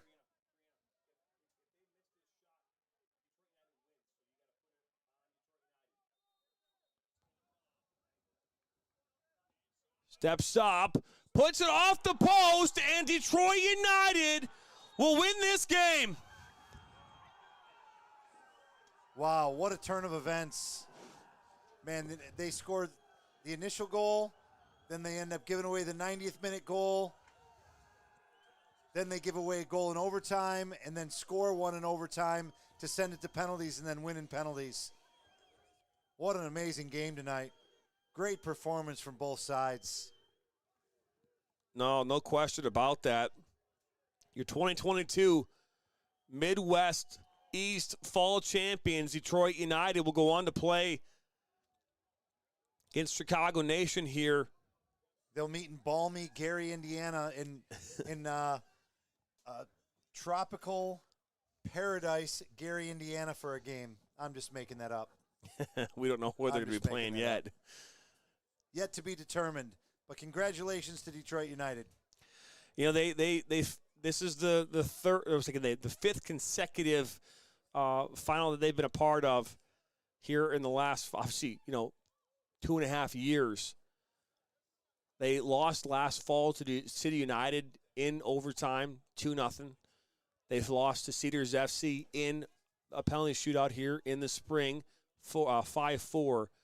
And now here they are on this Sunday evening, walking away victorious after going down 2-1 in overtime off of 2 unanswered goals by CEDARS FC in the 90th and 99th minute. They found a way, in that second overtime to sneak one in. That Sané, that goal that came in, what unbelievable key moment to send this game in. They were on their heels for most of that overtime and the last 30 minutes of that game because they were on a red card, playing down with 10 men. But they found a way to hang tight, to keep it together, defend, keeping them off the board during that extra time. And this game ends in favor of Detroit United, 4-2 in penalties. And, again, they'll go on to play against Chicago Nation here next week.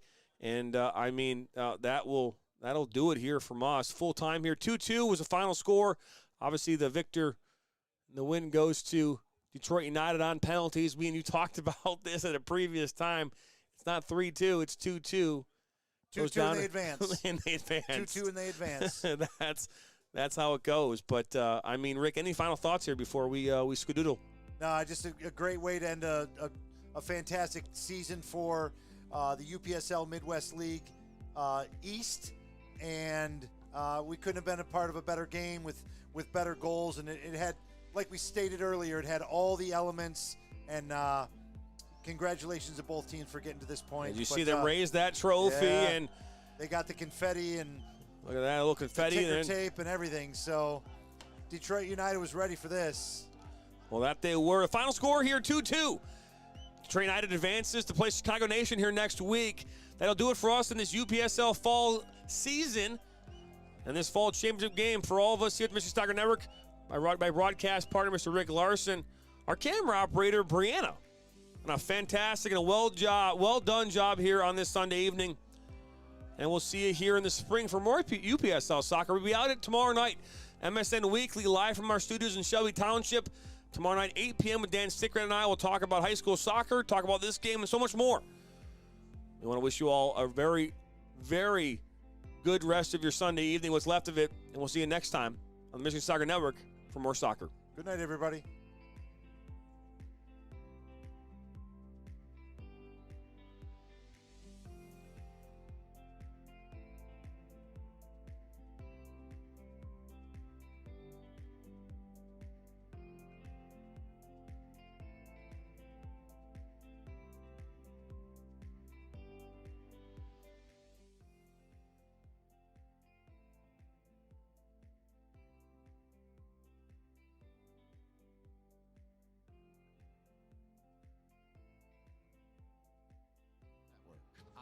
Soccer on Michigan Soccer Network. لا تنسوا تتابعونا على Michigan Soccer Network. I watch soccer on Michigan Soccer Network. I like to watch soccer on Michigan Soccer Network. I watch soccer on Michigan Soccer Network. Me gusta mirar fútbol en Michigan Soccer Network. I watch soccer on Michigan Soccer Network. I love watching soccer on the Michigan Soccer Network.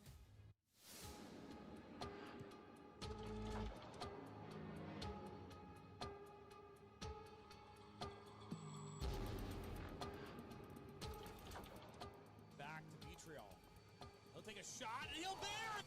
And then he'll fire it from Billows, and it'll go in.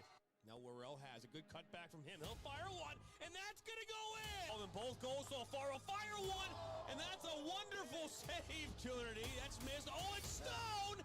And he'll fire one now from distance, and that is in. What a strike by Ben Maher. Network.